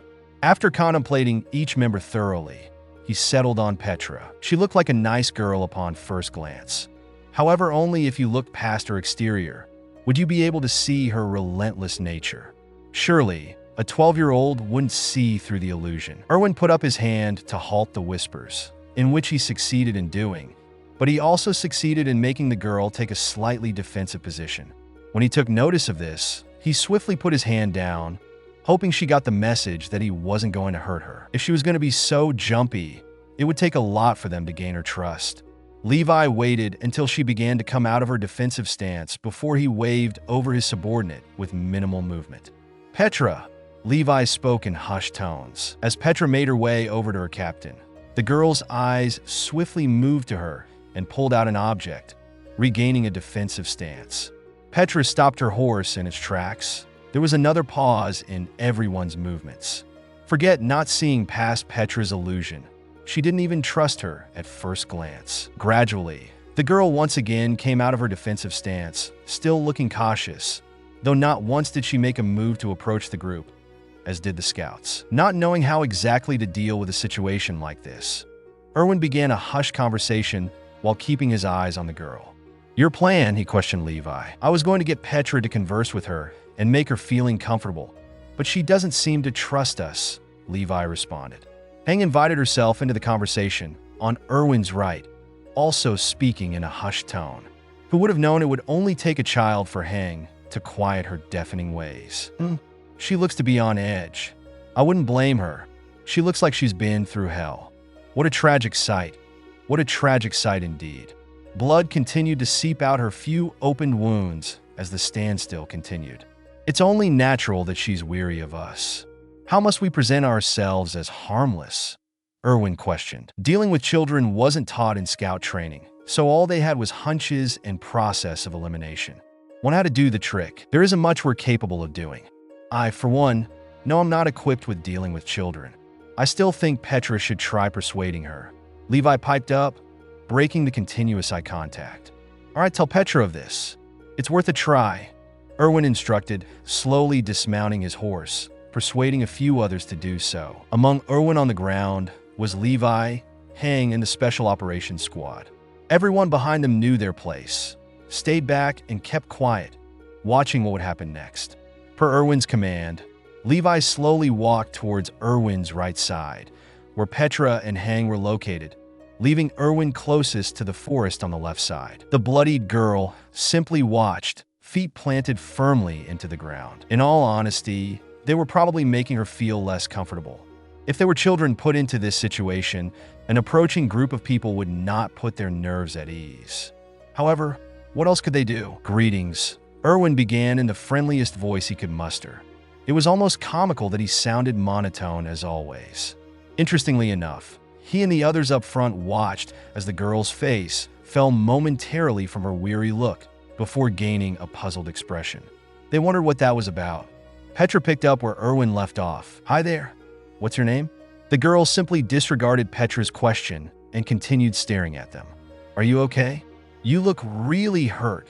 Petra tried again, this time a little louder, just to be met with the same puzzled look. Was the girl deaf or just rude? Either option would be a bother to deal with, as if they didn't have enough to deal with. Here came an impolite little girl. She was probably a cute kid underneath all that blood. Her behavior took some points off, however.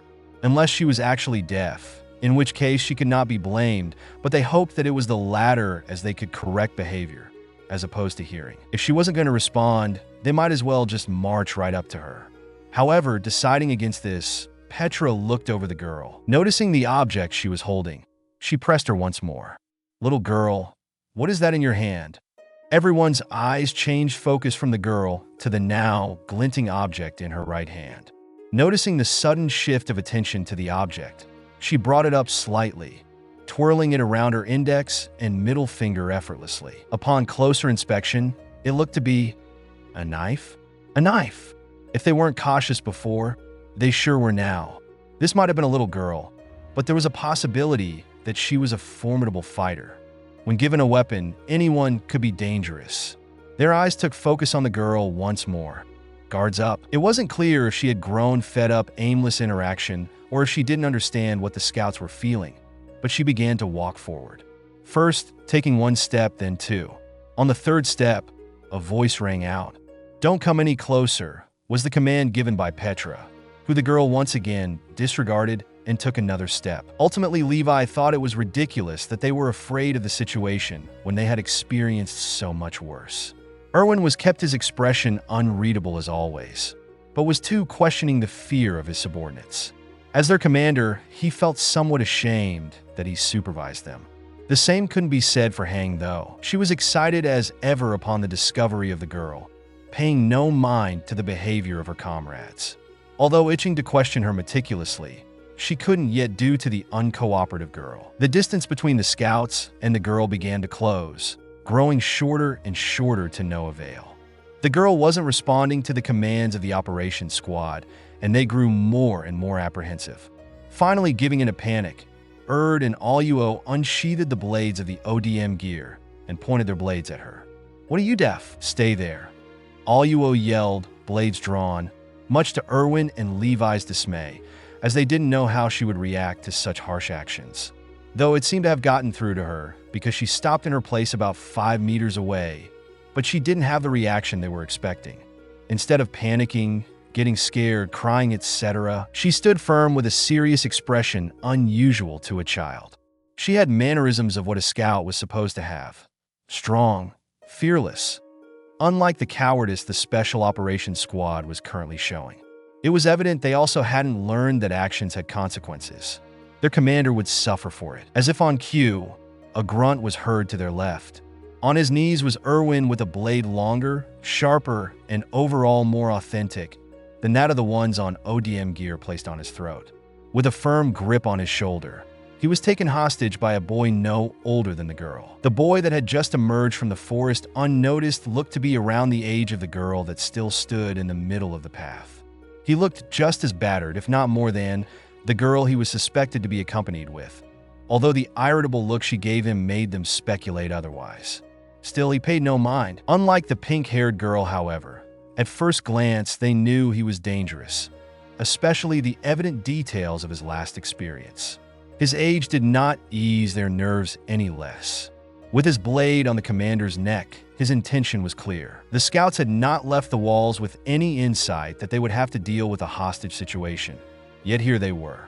Everyone was frozen with all their attention now on the boy, including Erd and Aluo, who still had their blades pointed at the girl.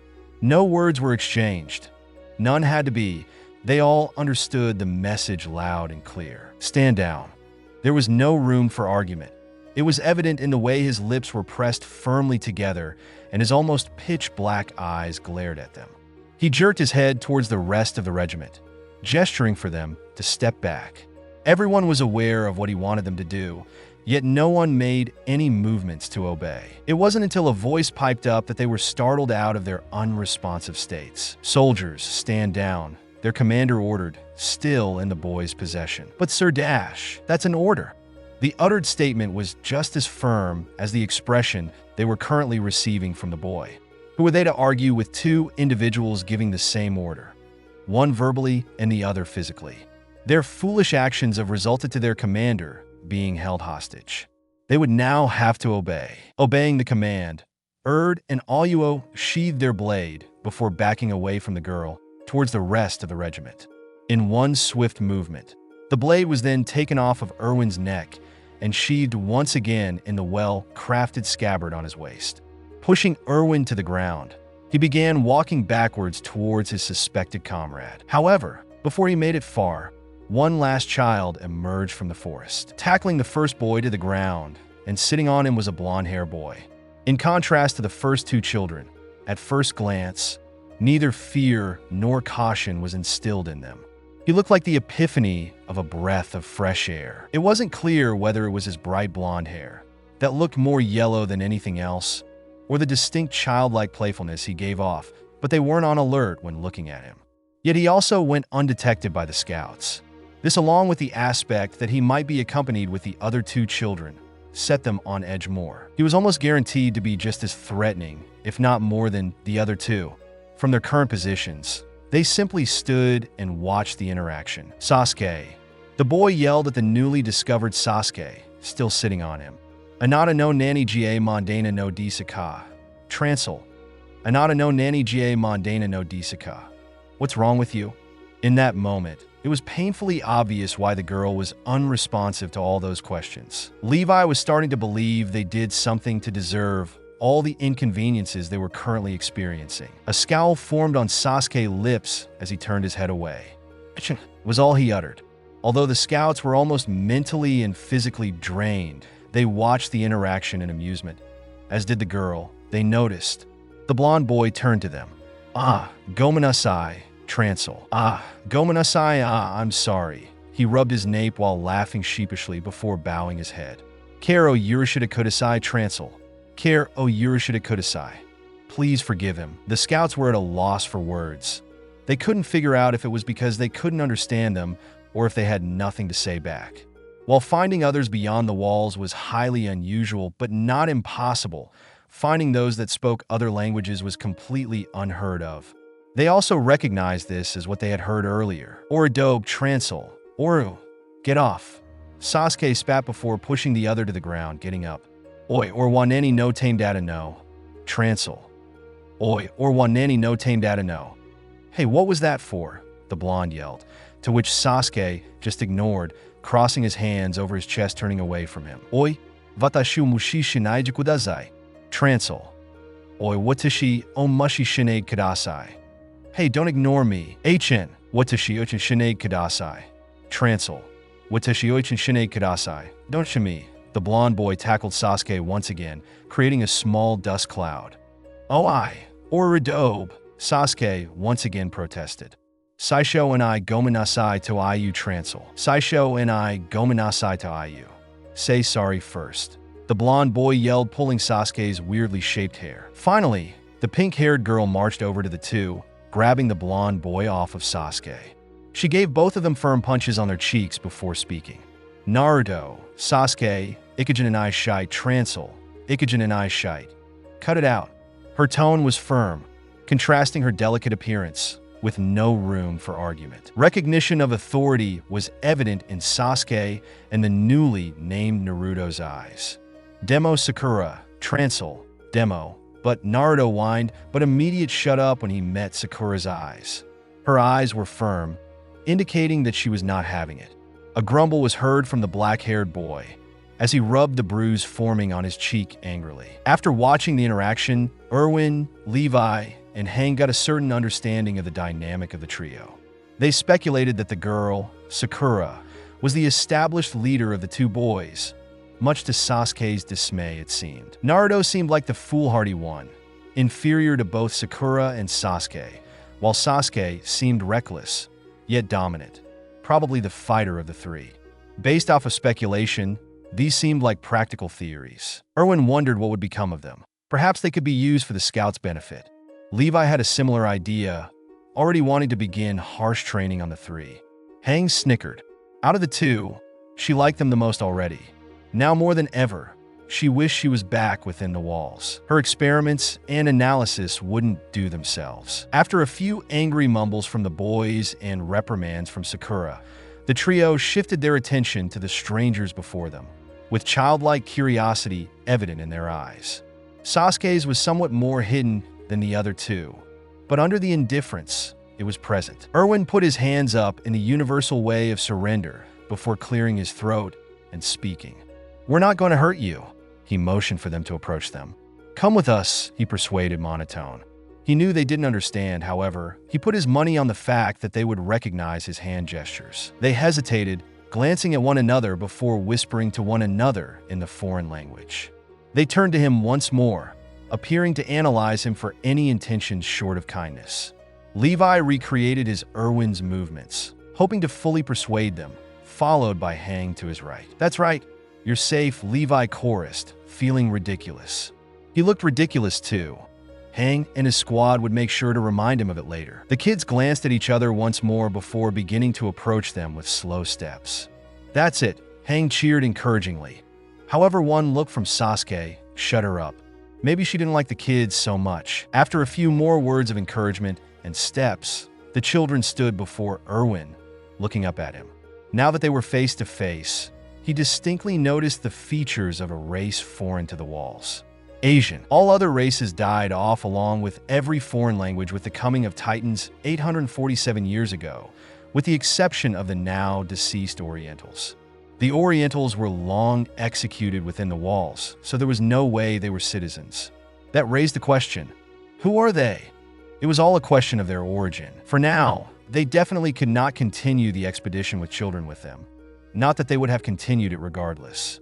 However, returning to the walls would now be a little less nerve-wracking. The excuse of finding children would minimize the criticism they would be getting later on. The only issue was their reaction was unpredictable. The royal government might be too interested in the trio and use them for their benefit or determine them threats and demand their execution. It probably wouldn't be a cinch, but it was their best shot. Deciding not to dwell on it any further, Irwin instructed for Hang and Levi to aid a child onto their horse before beginning to approach Naruto. Hang chose Sakura, approaching her cautiously before reaching out her hand and guiding her to the horse. She wasn't scared of Sasuke. After all, he was a child, but she wouldn't attempt to get on his bad side either. Next, Levi waved over Sasuke to his horse. In contrast to Hang, Levi was not fazed by the boy's behavior and simply wanted to get the interaction over with. However, when Naruto was guided to Irwin's horse, it reacted negatively. The horse stood on its hind legs, screeching in fright. Out of all people, He never expected the horse to have a negative reaction to the friendliest-looking child out of the group. It only spurred everyone to question why. Naruto frowned at the sudden shift of attention. Noticing this, Irwin snapped, turning away from him. He first instructed Levi and Hang to hold off on making the kids mount their horses before snapping his fingers. Soldiers, make way. Bring forth a cart. If the horse wouldn't allow Naruto to mount it, they would have to settle with letting him and his comrades ride in the cart. The horses parted, making visible two horses hauling a cart. Without uttering words, the children seemed to understand and made their way to the carriage. As they passed by, the horses had no reaction to Sakura and Sasuke, but as Naruto neared them, they too reared, along with every horse in a 5-meter radius. If the first horse was thought to be a coincidence, the next dozen indicated it was not. Surely the horses being afraid of the boy were not a fluke. After the horses were calmed by the coachman, Naruto walked quicker, hurriedly following his comrades into the cart. Irwin instructed for the cart to follow directly behind him and the squad leaders, and to be surrounded by the best soldiers to ensure the safety of the children. Without any further protest or delay, they set off once more to Wall Rose. While that was eventful, whispered Sakura to the boys who sat on either side of her. The interaction hadn't gone according to plan, yet the mission still succeeded. It was like calculating a different equation, yet still coming to the same answer. They were met with a lot of miscalculations, such as the language barrier, although it was anticipated. Yet, they disregarded it in hopes that it was just in their head. However, true to their last assumption, the strangers did speak in a foreign tongue. The strange throat-like way of speaking sounded awfully similar to someone gurgling rocks. This new component would need to accommodate for, even if they went off script a little, which they had already. In the operation of mingling with the army, the language barrier had thrown them off, resulting in Sakura being threatened. It had all gone well in the end. However, Sasuke had cut it close with threatening what looked like their leader like that. His reckless behavior needed to be dealt with sooner or later as to not hinder their ultimate goal. For now, Sakura would silently thank him for saving them from any bloodshed. Their next steps would be probably to mix with civilization and lay low until they found something to get back to the elemental nations. This, however, was not yet set in stone and was still up for discussion. Nevertheless, they needed to work fast if they ever hoped to return and save their dimension from utter destruction. It had already been a day and a half for them, so they had no idea of knowing if the fight had already been lost, but Naruto still had a few theories, one already in the works, that he'd have to look further into later. For now, Team 7 whispered to each other about the previous events. Curious about why the horses reacted negatively to Naruto, Sakura piped up, "Naruto, why were the horses scared of you?" Naruto pondered for a moment before responding. "I'm not exactly sure, but I think it's because of the Biju. They probably feel threatened and inferior to them. But it's beyond me how they can detect them." That made sense. However, Sasuke and Sakura were also unsure how the horses could detect the being sealed inside their teammate. Disregarding the conversation, Naruto questioned them. "Okay, what are your first impressions?" "Sasuke, go," Naruto asked, reaching behind Sakura to put his hand on Sasuke's shoulder. He swatted the hand off before responding. "The guy that I threatened was pretty weak.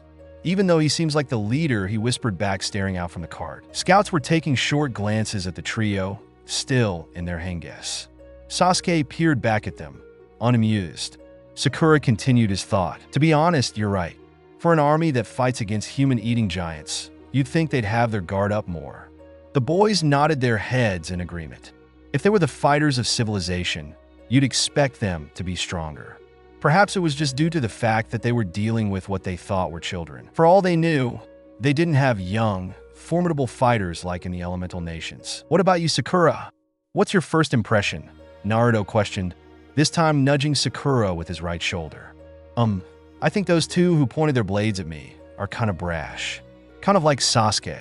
She whispered the last part, yet Sasuke heard it and scoffed. The audacity, he rolled his eyes. Naruto snickered. But they seemed to be trusted since they were among the few who were got off of their horses. Both were good analyses, but Naruto wouldn't expect any less from two of his most trusted individuals. Though, Sasuke still needed to earn his spot again. "What about you, Naruto?" The question came from Sakura this time. Naruto, who had been waiting for someone to ask him this question, first cleared his throat over-dramatically before speaking his mind. "Well," he began, dragging out the word for dramatic effect. "Out of everyone that got off of their horses, I think the short man was the most trusted. The leader kept discussing things with him and the girl with goggles. Speaking of which, her goggles remind me of the ones I used to wear. Anyway, after the short man, I think she's the second most trustworthy." Another indication that they are the leader's right and left-hand man and woman was the fact that they rode on either side of him and are currently doing so right now. Naruto never failed to impress, although he did get sidetracked with a goggle remark. They never noticed how observant he could be when he wanted to. If they all kept the good observation up, it wouldn't be hard to infiltrate and fit in among the rest of civilization and devise a good plan.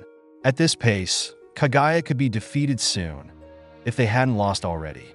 All they needed to do was keep up the good work, and victory was on the way. The cart hiccuped with every stone it rolled over. "Kaguya, here we come," Naruto mused, leaning on his Sakura's left shoulder. Sakura put her right arm around Sasuke's shoulder, pulling him close. He scowled in response, but didn't pull away. "You can say that again. We wasted an expedition just to find kids," Levi admitted. Now mere meters away from Wall Rose, the thoughts raging in their minds would soon have to be put on hold. Re-entering the walls meant being just as on guard as you were outside of them, even if their enemies were just mere villagers. Nasty albeit, but villagers nonetheless. Until then, their thoughts and conversations were still filled with the discussion of the newly discovered kids.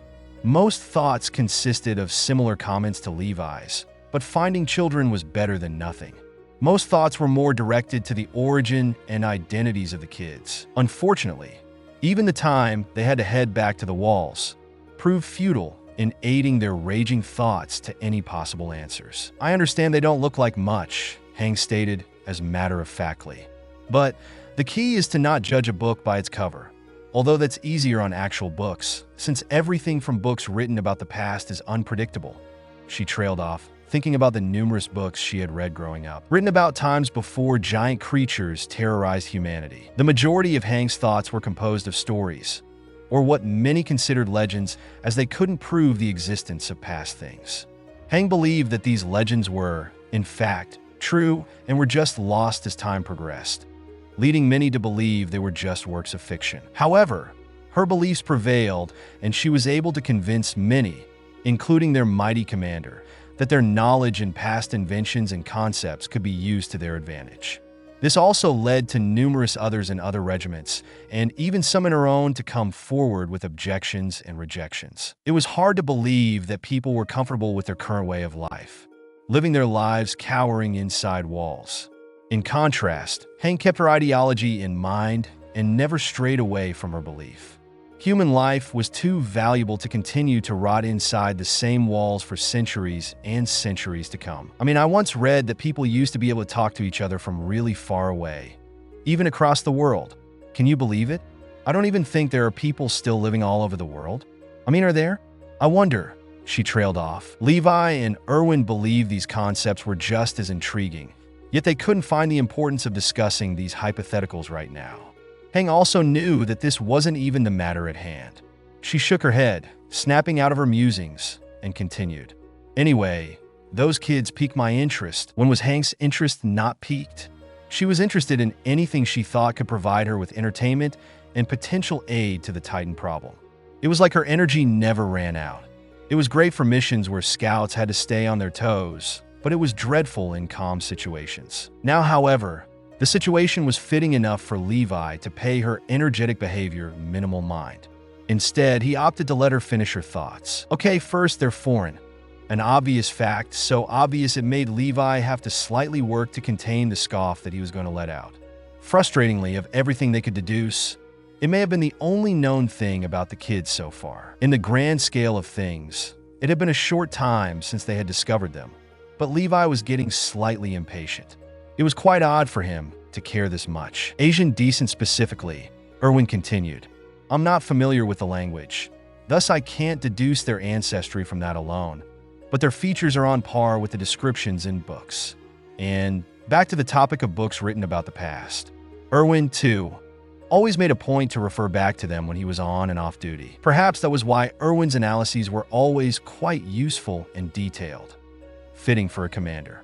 Though they did question how he was able to refer back to books when he was never seen reading them. He was never caught off guard either, always being prepared to refer back to or quote something he had read in the past. It could be summed up to him reading a lot in his childhood, but for some reason his comrades suspected otherwise.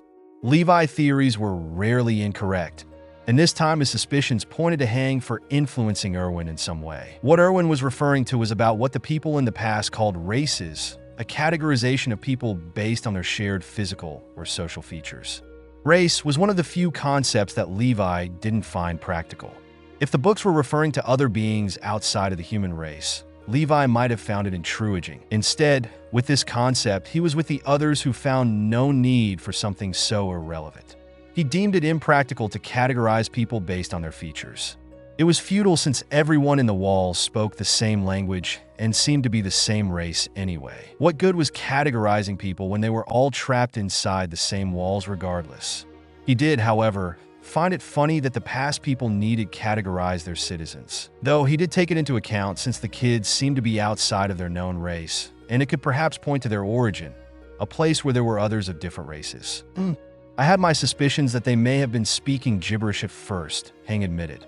I highly doubt that those 3 kids could communicate with gibberish, Levi stated, this time not even trying to suppress his scoff. Slightly leaning back to peer at Levi from behind Irwin's back, Hang continued. Yeah, that's why I said I thought. If you had let me finish, you would understand, she huffed, regaining her upright position before speaking again. That was what I assumed when we first heard the language from outside the Titan Forest. But when that blonde kid, Naruto, I think his name was, appeared and started arguing with Sasuke, I threw that theory out the window. The sudden appearance of the unknown children stirred questions in the minds of the leading captains, Hanks especially. Thinking deeper, Hang realized that they had, quite literally, just appeared, starting with Sakura, then Sasuke, then Naruto. It led her to believe that they could have been observing them before making contact. It wouldn't be a baseless theory either. After all, the horses hadn't been silent, especially not with how the hoofs of their horses clicked every time they made contact with the ground, or how each branch they brushed rustled at the contact. They had to at least have known of their presence. The question was whether or not they were really observing us, Hang muttered, tone slightly calculated as if analyzing something deeply. Hang, if you have something to say, speak up. Don't mumble. Irwin lectured, tone light but still firm, while gazing ahead. He needn't have to remind her every time she was in her musings. I was just contemplating if they had been watching us beforehand. You know, like deciding whether or not to approach us in the forest. What is your reasoning for this? Well, Hang adjusted her goggles, forming her words. We weren't exactly silent on our expedition. Surely they heard us and watched us from afar. Also, don't forget how Sakura appeared first, followed by the boys. If they were unaware of our presence, why were 2 of them hiding? It was a very well-analyzed theory, even bringing potential risks to light. For instance, the kids being potential enemies, perhaps even piece in the puzzle of the traitors. Unfortunately, nothing could be denied nor confirmed. It was a possibility that they could simply be children stranded in the forest. After all, it wasn't the first time a living human had been found outside the walls. Though it was still cause enough to be cautious of them. If that's the case, then it should also be considered that they could be with the traitors, Levi added, bringing the thoughts to light. Hang, who was really interested in the kids, did not want to believe it, but as a scout, skepticism and caution came first when dealing with issues that could affect humanity. I mean, that is certainly a possibility, but I highly doubt it. Unless the traitors are a bunch of foreigners, then I'm pretty sure those kids are harmless. Harmless? What is your definition of harmless? Levi wondered if Hank's mind was truly intact. There were clearly flaws to her theory this time around. If they were truly harmless, then why did the girl instinctively pull out a knife? And why did the black-haired boy have a sword superior to our blades? The horses are even scared of the blonde kid. That last comment may have been unnecessary, but it was still odd that the nicest horses they had reacted so negatively to the least threatening-looking one. Never had anything besides Levi's former father figure made him so quick to anger. Usually he would be calm, cold, calculated, but these kids made him slightly on edge. Not scared, on edge. He guessed that with the coming of the kids, newfound anger also came along, and he didn't know why. Hell, the traitors could easily be foreigners for all we know. We shouldn't be so quick to make assumptions. Well, I think we shouldn't walk into any situation blind. If anything, we should assume the worst to be prepared. Irwin listened intently to the conversation. He did believe Levi was right, but to what extent? They could keep tabs on the kids, sure, but he didn't think they should dedicate much of their time to them. Not while there were others they were positive were somewhere within the walls, plotting their destruction. They're awfully suspicious, though, Irwin thought. What with their hushed whispering in that cart? It's not like we could understand them, even if they spoke up. I can't help but feel they're plotting something as well. It had been like that for majority of the trip back to Wal Maria. He didn't know why 3 measly kids in the back of a cart were so suspicious, but for now, the suspicion felt right. Where did they even come from? Levi inquired, settling down. I don't know, but they had to come from somewhere. Irwin shrugged, making note of the gate growing nearer. Thank you so much, Commander Obvious, Levi commented, being just a little snarky. He was growing tired of his comrade's obvious remarks. Levi's comment produced a hearty laugh from Irwin, one that made him wipe a tear from his eye after settling down. The amused Irwin, after forming his opinions, piped up, Look, if you have suspicions, Levi, just keep an eye on them, as will hang an eye. After all, with their injuries and lack of understanding about our language, they won't be leaving our line of sight for a while. He turned to look both of them in the eye before facing forward once again. Anyway, hold that thought. Gotta approchen. Once we get inside the scout base, send Petra to tend to their wounds and go with her U2. Even through the small gap of the opening gate, rows of displeased villagers could be seen lining the street. No doubt, they were ready to unleash hellfire upon the regiment. With crowded street, Levi knew that numerous rumors about the kids would break out once the citizens saw them. Levi affirmed this, making sure Irwin was aware of the possible results, to which Irwin said that he'd handle it. However, something was still concerning, and Hang addressed it. Wait, Commander, Hang intervened. The base is under constant watch by the military police. No doubt, the citizens will see them and some military police once we enter, but heading to the base would ensure the immediate apprehension of the kids. They'll be taken into custody on the spot, wounds and all. We should at least patch them up and try to get some information before the government can intervene. Although the scout base was secure, it was not the best place to hide something you wanted to keep hidden, even temporarily. They would have to find somewhere else to house the kids before being directly confronted. Very well, I suppose the base isn't a good location. The only place I can guarantee temporary privacy and security is the cadet base. Irwin convinced, slowing the pace of his horse to temporarily delay entering the city. Levi and Hang followed suit. The cadets were not yet scouts and therefore did not need supervision from the military police.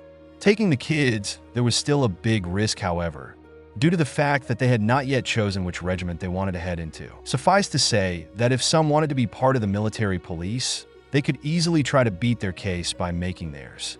In other words, they could inform the government about the kids and their whereabouts and have them taken into custody, maybe getting something out of their tip. This was the best option, though, as the government and military police really had it out for them. Enough for them to be under constant surveillance. After arriving, patch them up and decide what to do further. Just remember, if you cross paths with any cadets, it's fine as long as they're sworn to secrecy for the time being. Understand?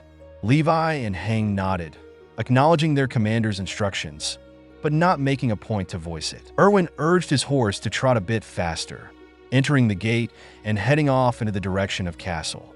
The conversation would be postponed until they dealt with the citizens, the royal government, and everyone else who was against them for odd reasons. The citizens especially were giving them a hard time. As soon as they entered, not a minute later were harsh comments flying about their short and fruitless expedition. It was heard from every direction. Only the occasional kid looking at them with such admiration slightly put them at ease. The retreating figures of 3 kids in the cadet's uniform caught Hank's eye as she avoided the eye contact of the nasty villagers. They looked to be about the same age as the kids they found in the forest, maybe a little older. Perhaps after she performed a few experiments, The new discoveries could mingle with children their age. Hang would be disappointed to later find out that Irwin would not permit her to perform any sort of experiment on them. True to Levi's affirmation, the relentless remarks from the crowd slowly died down once all eyes eventually fell on the kids in the back of the cart. The villagers' eyes gazed at the trio in awe, wondering where such mangled-looking kids came from. Ultimately, it was quiet, save for the hushed voices slowly breaking out. The regiment had left without kids earlier, yet here they were returning with 3 of them. Suddenly, the stillness was disturbed by one of the crazed members of the church who decided to yell about some Titan ideology or whatnot, which succeeded in gaining an uproar of confused shouts about the unknown kids. "You were right, Levi. They certainly are drawing attention," Hang mused playfully. "Aren't I always?" Levi said back, amused by her antics. "Let's hope we don't gain too much unwanted attention because of them." He turned back, motioning to the coachman and Petra to follow them, then turned forward again. "Anyway, let's get going. We have some kids to patch up and interrogate. I hate to admit it, but my interest is somewhat piqued Oswell." Team 7 didn't appreciate being stared at like they were in an exhibit. Curious gazing was bearable, but being bombarded with stares all around was unsettling. It was unfortunate that Naruto was partially used to it, due to his alienated childhood. Being put on display was only mildly tolerable for him, while Sakura was irritated and Sasuke didn't like this kind of attention at all. He much rather liked being seen as strong and capable, not a black and blue child, riding in a wagon among 2 other black and blue children. He was almost at his 13th reason. However, observing how they lived was as if they were looking down on them. Civilization in the elemental nations was much more developed, with the exception of very few small villages.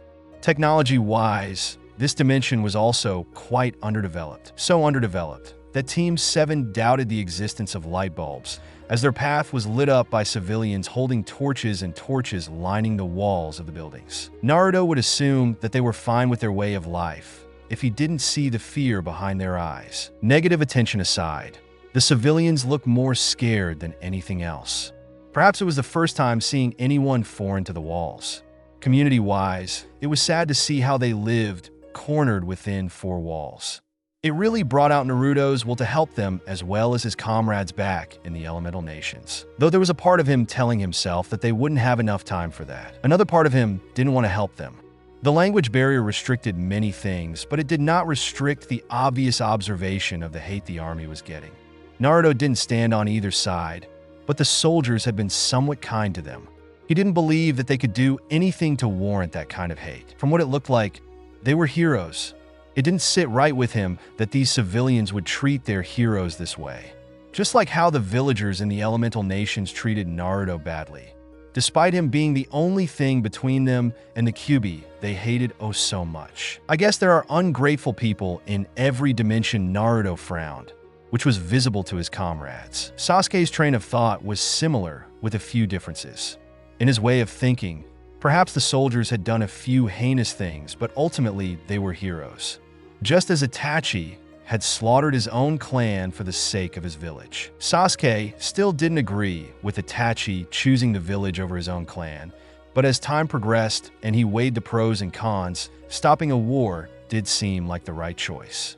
His anger still bubbled when he remembered the Itachi had to be the sacrificial lamb for the war to be prevented. Even then, it was only postponed to about a decade down the line. If he could, he would kill Danzo a second time, maybe even a third, but it was no use dwelling on the past. For now, he, too, theorized what the army could have done to receive such hate. Despite witnessing Naruto and Sasuke's slightly distraught expressions, Sakura left them to their thoughts. Sakura didn't want to interfere with anything that she had no business interfering with. Sometimes meddling was okay, but she felt that now was not the time. She surprised herself at how good she became at reading the room throughout the years. Eventually, they snapped out of their dazed states by themselves when the shouts of the villagers around them startled them. It almost scared Sasuke half to death.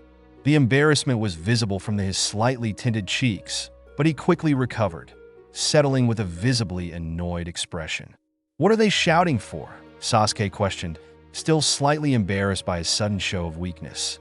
looking around as I caught the instigator of the madness. The man looked and sounded irritable, bringing out Sasuke's urge to silence him by bringing death upon him, or at the very least knocking him out. He dared not do this, though, as he was hot-headed, but he wasn't stupid. However, the idiot continued to instigate the crowd from the barrel he was standing on, continuing to shout incomprehensible phrases. Sasuke did engage in giving the man a mean glare, succeeding in shutting him up. No good came from it as the uproar he caused continued regardless. "Sasuke, what was that?" "You mean mugging civilians isn't keeping a low profile?" Sakura whisper yelled at her teammate. Sasuke stared directly into her eyes with indifference and shrugged. "Relax, it was one man. What could he do? And they're already riding over us, so I think our low profiles aren't so low anymore." Sakura stared right back into his eyes, without fear or hesitation, questioning why she bothered communicating with him. How did he have so much capacity to be so snarky, but no will to comply, she pondered. Why are you like this? Not being able to control yourself isn't a good reason to jeopardize our mission. Judging by how heated Sakura looked, Naruto assumed it was a good time to intervene before something went wrong in the middle of a street full of foreign civilians.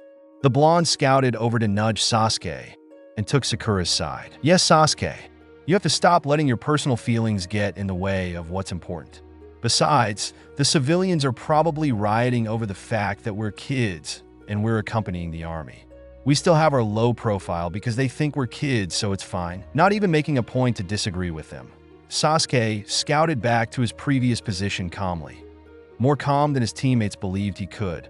"I obviously can control myself. I'm not just some hot-headed pubescent teen. I just don't want to," he thought in defiance. Now that he thought about it, that sounded like something a hot-headed pubescent teen would say, though. Nevertheless, not wanting to be lectured by his obnoxious teammates, he opted to just cooperate for now.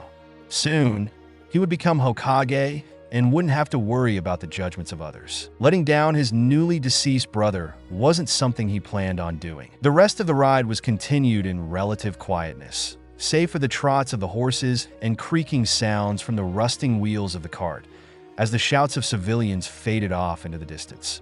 Soon enough, though, as they descended downhill, they simultaneously noticed another cart going uphill. By now, the sun had mostly set, letting the moon take its place. Though, even from what little light that the moon and torches of the soldiers provided, they used it to their advantage to determine what was in it. Their sense of sound was still of use to them, as well. From what they could distinguish, the passing car was filled with people. Their quiet whispers, in their foreign tongue, were picked up, as were the cramped figures huddled together. Uncertainty spread in Team 7 because, for the life of them, they couldn't quite discover the meaning of this. The hushed whispering of humans packed away in a cart could be universally, or interdimensionally, determined as human trafficking or some sort of illegal trade. Despite that, the members of the army did nothing to intervene, which made them doubt if the army really had good intentions.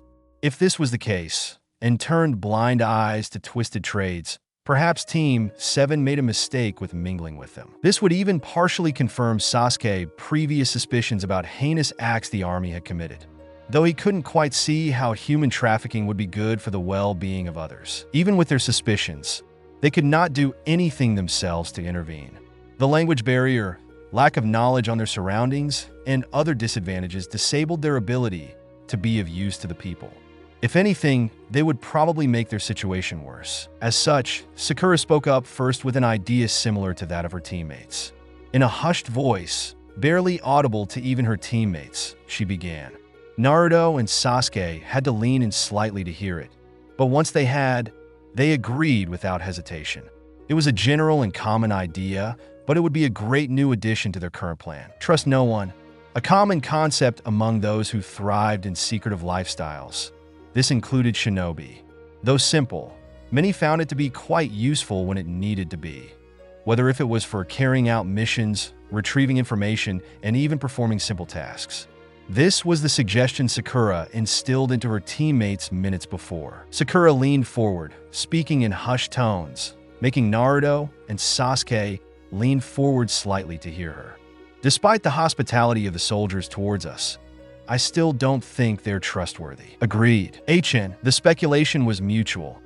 Even Naruto, in all his optimism, was feeling a little unsure. Their resolve was weakened increasingly when they witnessed what they thought to be human trafficking. It wasn't confirmed that what they had seen was human trafficking. After all, if it was, the soldiers probably wouldn't have taken them this way, but maybe there weren't any deeders? What else could it be?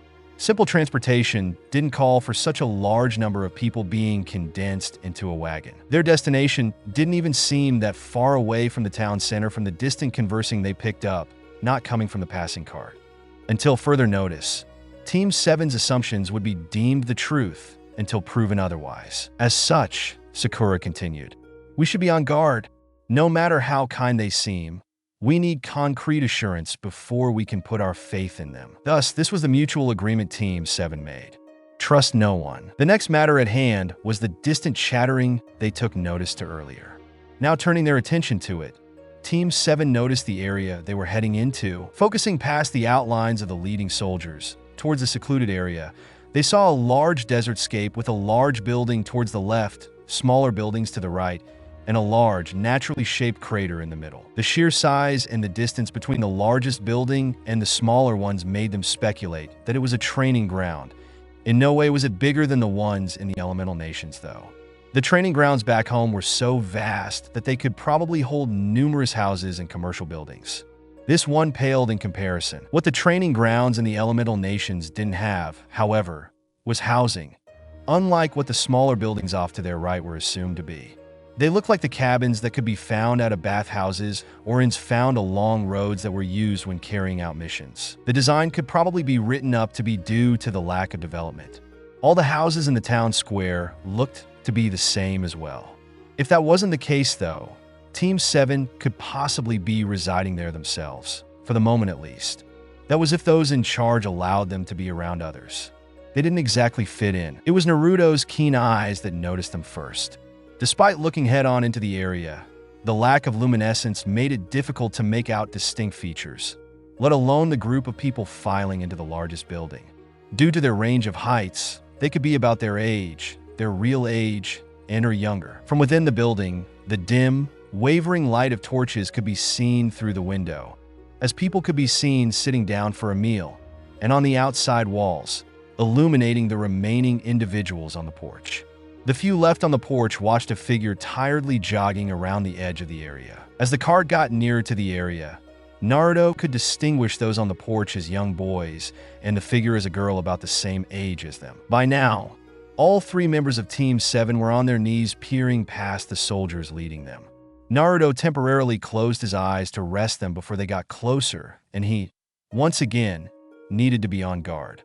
The anticipation was quite literally boring him. The years never quite eliminated his short attention span, only increasing in dire situations. But it was nice to have a few moments of peace. There was no telling what would occur once they headed into the site. What kind of chaos would ensue? So he pushed those thoughts aside and, along with his comrades in arms, basked in the temporary calm before the anticipated storm. This would be one of the last moments they got to do this. The sound of turning wheels and horses trotting drew the boys' attention from the jogging girl to the approaching soldiers and cart, as it did the girl who temporarily stopped her exhausting training to look at them. The girl stumbled towards the porch, probably taking this time to rest and to see what was to come, as a boy with a shaved head ran off the porch to aid her. "Sasha, Trancel, Sasha, Sasha," the boy cried out in a concerned tone. He definitely sounded like a child. Naruto knew he wasn't one to talk, though, as he currently looked like one. This was a detail that those near the building couldn't yet see, as they weren't in the range of the torches, and the moon could only light up so much. At the distance they were at, the silhouettes of the horses and carts were probably only visible to the kids, not permitting any distinct features from showing. They did know that they were approaching, though, and soon enough they would be able to. "Here we go," Naruto prepped himself, mumbling under his breath as they strayed further into the area and into the boundary of the race. Sakura rubbed his shoulder, eyes still ahead in encouragement. Upon straying further into the area, for the first time, the two parties were able to see each other clearly. The now confirmed kids gasped, save for one that simply stared, apprehension apparent on his features. Gaining a stiffer posture in response to their appearance, the kids, 6 to be exact. 4 on the porch, and 2 making their way towards it, took an unfamiliar stance. The left sides of their chests were met with balled fists, no doubt for the soldiers. Then eyes drifted to Team 7, earning another set of gasps. Blue eyes met green, and Naruto immediately recognized stubborn determination, much like his own. Although probably not sharing the same goals, perhaps they shared the same ideals. Naruto could only hope as it could aid the duration of their mission. If not, he could be tricky, an obstacle for their urgent mission. If he wasn't an ally, he would be an enemy. Seconds passed, and nobody made a move until, surprisingly, Sasuke spoke up. In a language unrecognizable to everyone except his teammates, he mumbled, "Geez, get a good look, why don't you?" Naruto snorted loudly before Sakura elbowed him. Sasuke too was met with an elbow to the ribs before she also hid her Snickers behind her hand. Despite not knowing what was said, Levi turned to them with an annoyed expression before dismounting his horse and lowering a side of the cart for them to get out. The female soldier followed. "He's definitely fun on missions," Naruto quipped, receiving another snicker from Sakura and a chuckle from Sasuke, quickly disguised as a grunt. Proud to receive a rise out of his usually broody teammate, he happily bound his way over beside the horses who shifted away from him, a frown now painted on his face. The children looked uncomfortable. Some could be seen fiddling nervously with their fingers. "We look the same age as us. Surely they can't be that threatened." It took Naruto a moment to remember he and his teammates we covered in blood and wounds. "Oh!" The woman with glasses slowly made her towards the 6 on the porch, noticing their distraught expressions. "Hey Cadetten, set nicht so panisches Transel. Hey Cadetten, set nicht so panisches. Hey cadets, don't look so panicked." Team 7 heard a snap and looked in the direction of the male cadet that made a gesture for them to interpret. 2 arms made an X formation before being swept downwards, diagonally. This was understood as don't. Then, with his right hand, he made a C formation and his thumb met his 4 other fingers twice. This was understood as talk. Team 7 nodded in response, after the cadet lowered both of his hands to his sides. It was really unnecessary as he could have put his finger to his lips, but then again, that may have been interpreted as be quiet. Finally, he made a gesture for them to follow him. They walked towards the steps, presumably heading inside the building, receiving distrusted stares and children moving away from them. It didn't bother Naruto and Sakura much. They could sympathize with what they were feeling, but Sasuke honestly found it kind of pathetic. He even mischievously debated lunging at them, but decided against it, instead settling for a pointed glare. Sakura was kind of scary these days. The action still resulted in drawing skittish reaction from them. He was satisfied. The woman continued, when they walked further onto the porch, heading towards the door. "Dies sind nur einige neue Entwicklungen, über die Sie sich keine Sorgen machen müssen, Tanz. Dies sind nur einige neue Entwicklungen, über die Sie sich keine Sorgen machen müssen. These are just some new developments, nothing to worry about. Neue Entwicklungen, Tanz. Neue Entwicklungen, new developments. Was meinen Sie, Tanz? Was meinen Sie? What do you mean?" Was mean in C Transel. Was mean in C. Who are they? The questions increased, not leaving room for any answers. "Beruhigt Yuk, Cadetten Transel. Beruhigt Yuk, Cadetten. Calm down, cadets." The woman slightly raised her voice, not angrily, but authoritative. "Wie gesagt, es gibt nichts zu befürchten. Wir werden Ihre Anwesenheit zu einem späteren Zeitpunkt besprechen. Ab sofort, aber alles, was ich von dir verlange, Trance. Wie gesagt, es gibt nichts zu befürchten. Wir werden Ihre Anwesenheit zu einem späteren Zeitpunkt besprechen." Ab sofort, aber alles was ich von dir verlange. Like I said, there's nothing to worry about. We'll discuss their presence at a later date. As right now, all I ask of you. The male cadet reached for the handle of the door, then held it open for the 3 to walk in. Team 7 filed inside, not caring for the unintelligible words she was saying. As the door closed behind them and the male cadet, they heard the low voice of the woman. "Ist es Allen, die nicht in diesem Lager sind, geheim zu halten Transel? Ist sie vor allen, die nicht in diesem Lager sind, geheim zu halten? Ist du es a secret vom Evasionen Notensis Camp?" You can't miss what you've never had. Therefore, in his upbringing, Naruto did not miss getting attention. He did long for it, however. He was no longer an attention seeker anymore, though. As he grew up and earned the respect and recognition from those around him, he no longer felt a need for going out of his way to draw gazes. He, instead, took pleasure in doing good deeds for others without expecting anything in return. In doing this, he developed strong, long-lasting bonds that he treasured. He no longer had to prove himself either. Everyone that he knew had complete faith in him. Besides, if he really craved attention, all he'd have to do was look inside himself. It sounded cheesy, but it was meant quite literally. Peering into himself, he'd find his Biju, the Kyubi no Yoko, as well as his new additions, Bijus 1 through 8. He was never truly lonely, though he did wish it hadn't taken the first 12 years of his life to realize it. Anyway, the main point was that Naruto was not an attention seeker, which was why the first introduction to their peers was not the ideal debut that he was hoping for. They didn't get the courtesy of an actual interaction. However, the moment they walked through the door, he and his teammates were met with a room full of numerous people sitting down for a meal. Although he had spotted them walking into this particular building, it somehow hadn't occurred to him that all the attention would be on them the moment the door opened. It was almost amusing how quickly they shut up. That was usually Sasuke's strong suit. He was probably best at it, coming only second to Naruto when he was serious. But this time their peers had a hand in it. Nobody said a word, but nobody had to. Curious glances were already being exchanged before they could even take a few steps. Letting the awkward ambience marinate for a few seconds, the distinct features of everyone was clearly distinguishable. Those in front of Naruto didn't look like seasoned soldiers, such as the ones that had recently come in contact with. Albeit some fighters in the elemental nations didn't look like seasoned fighters either. These people seemed too mild to be fighters, though. Trainees, perhaps? Then again, they didn't look like much at all, except for a select few. Maybe they were just orphans or something. That wouldn't explain the large crater meters away, though. A play yard? There was no use dwelling on it. He'd be sure to attempt to find out information once they arrived at wherever they were supposed to be going. Before they knew it, the attention that Team 7 gained was quickly diverted back to the previous conversations they were having and their meals. While they tried to make it seem like they didn't care much, it was clear they were ultimately still the focus of the room. Naruto and Sakura honestly couldn't blame them. They not only looked like foreigners, but their brightly colored hair was almost another light source, sans Sasuke's. Not to mention they looked like they just came back from war, which they did, but they obviously didn't know that. Sasuke, on the other hand, thought that if they were going to check them out, they should at least be subtle about it.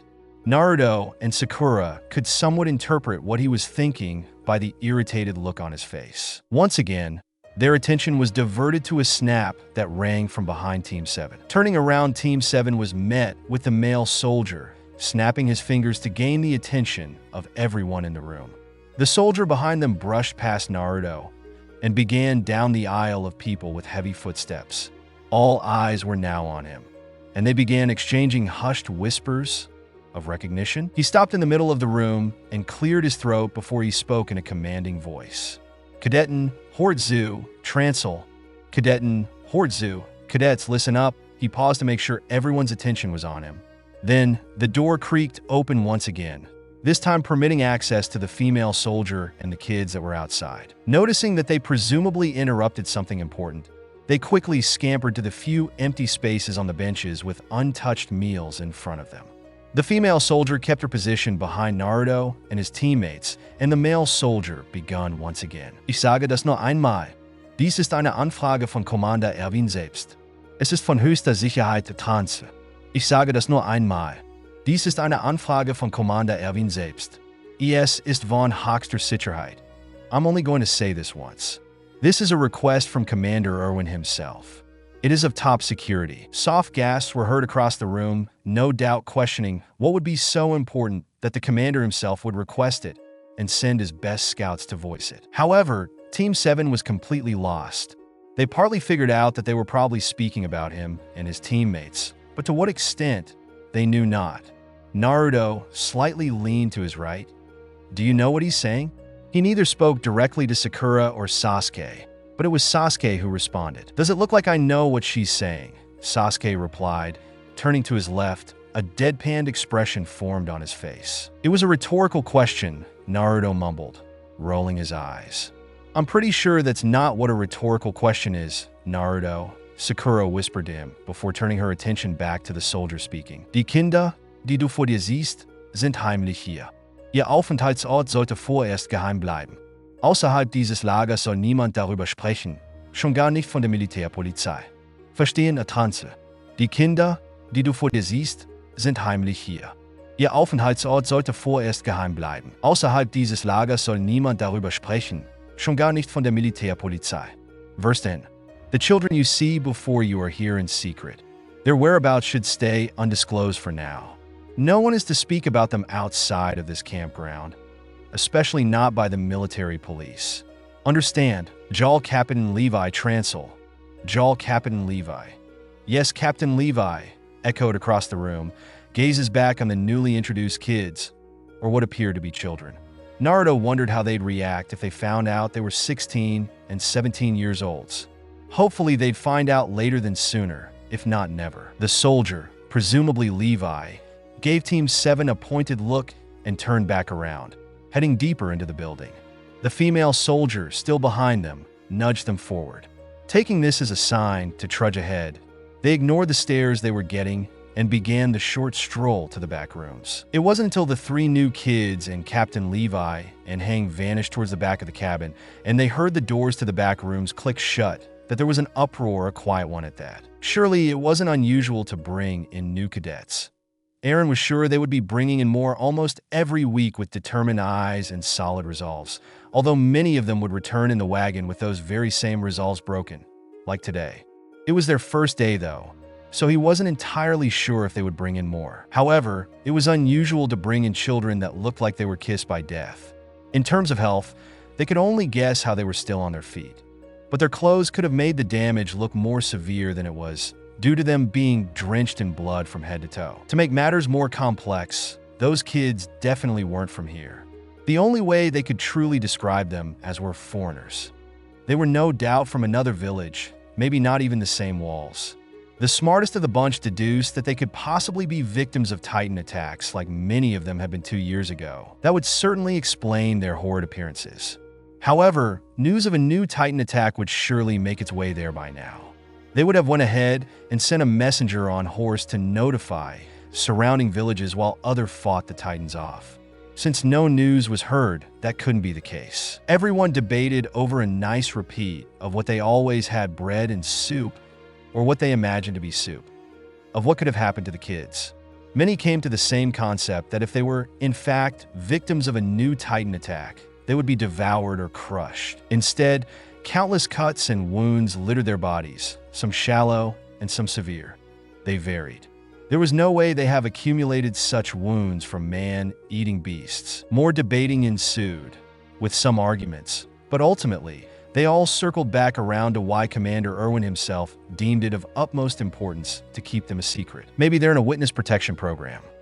A voice rang out, accompanied by others in response. That doesn't seem likely. The scouts typically don't take care of those under witness protection. The military police do. And Captain Levi said not to say a word to them. That's right. Under that logic, they're probably criminals. Oh, come on. Why would the scouts be housing criminals? I don't know, but I've been hearing around that the scouts shouldn't be trusted. Wait, I've been hearing that too.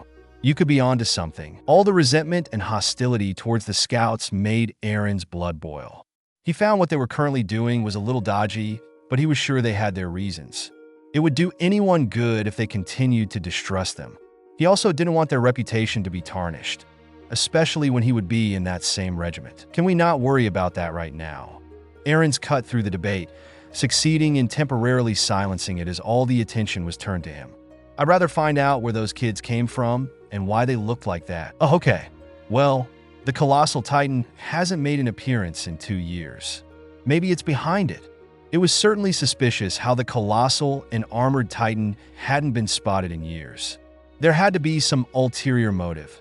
There was no reason for them to destroy the outer wall and vanish. Wait a minute. You really think it could be behind it? That's not possible. Word would have spread by now. Well, only a few of us were at Shiganshina 2 years ago, so we can't really speak for Dash. I was there. All eyes turned to Aaron once again. Exclamations of disbelief, along with clattering of spoons meeting bowls, were heard around the room. It was slightly funny to him how amazed they were by his statement.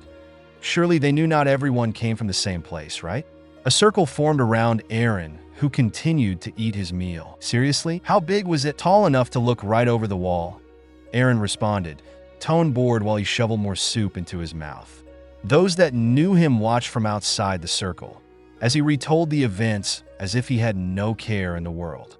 He recounted size, its appearance, and details about the armored titan as well, with a blank expression. It wasn't until someone asked about how titans were really like that a sliver of emotion slipped through his carefully crafted mask. An expression of fear formed on his face.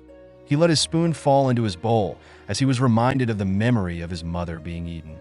He clapped his hand over his mouth, while everyone simply stared, gaining concerned looks. They hadn't meant to push him to relive his encounter. Surely it was traumatizing. What they didn't expect was him to cool his features, recovering from his initial reaction, and go on a rant about how once he got the hang of the 3D maneuver gear, he'd be sure to exterminate all titans. It didn't seem like a lie either. That's what put many of them off.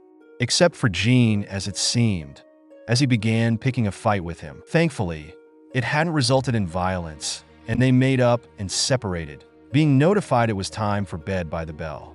The excitement died down, and everyone retreated to their designated cabins, some faster than others.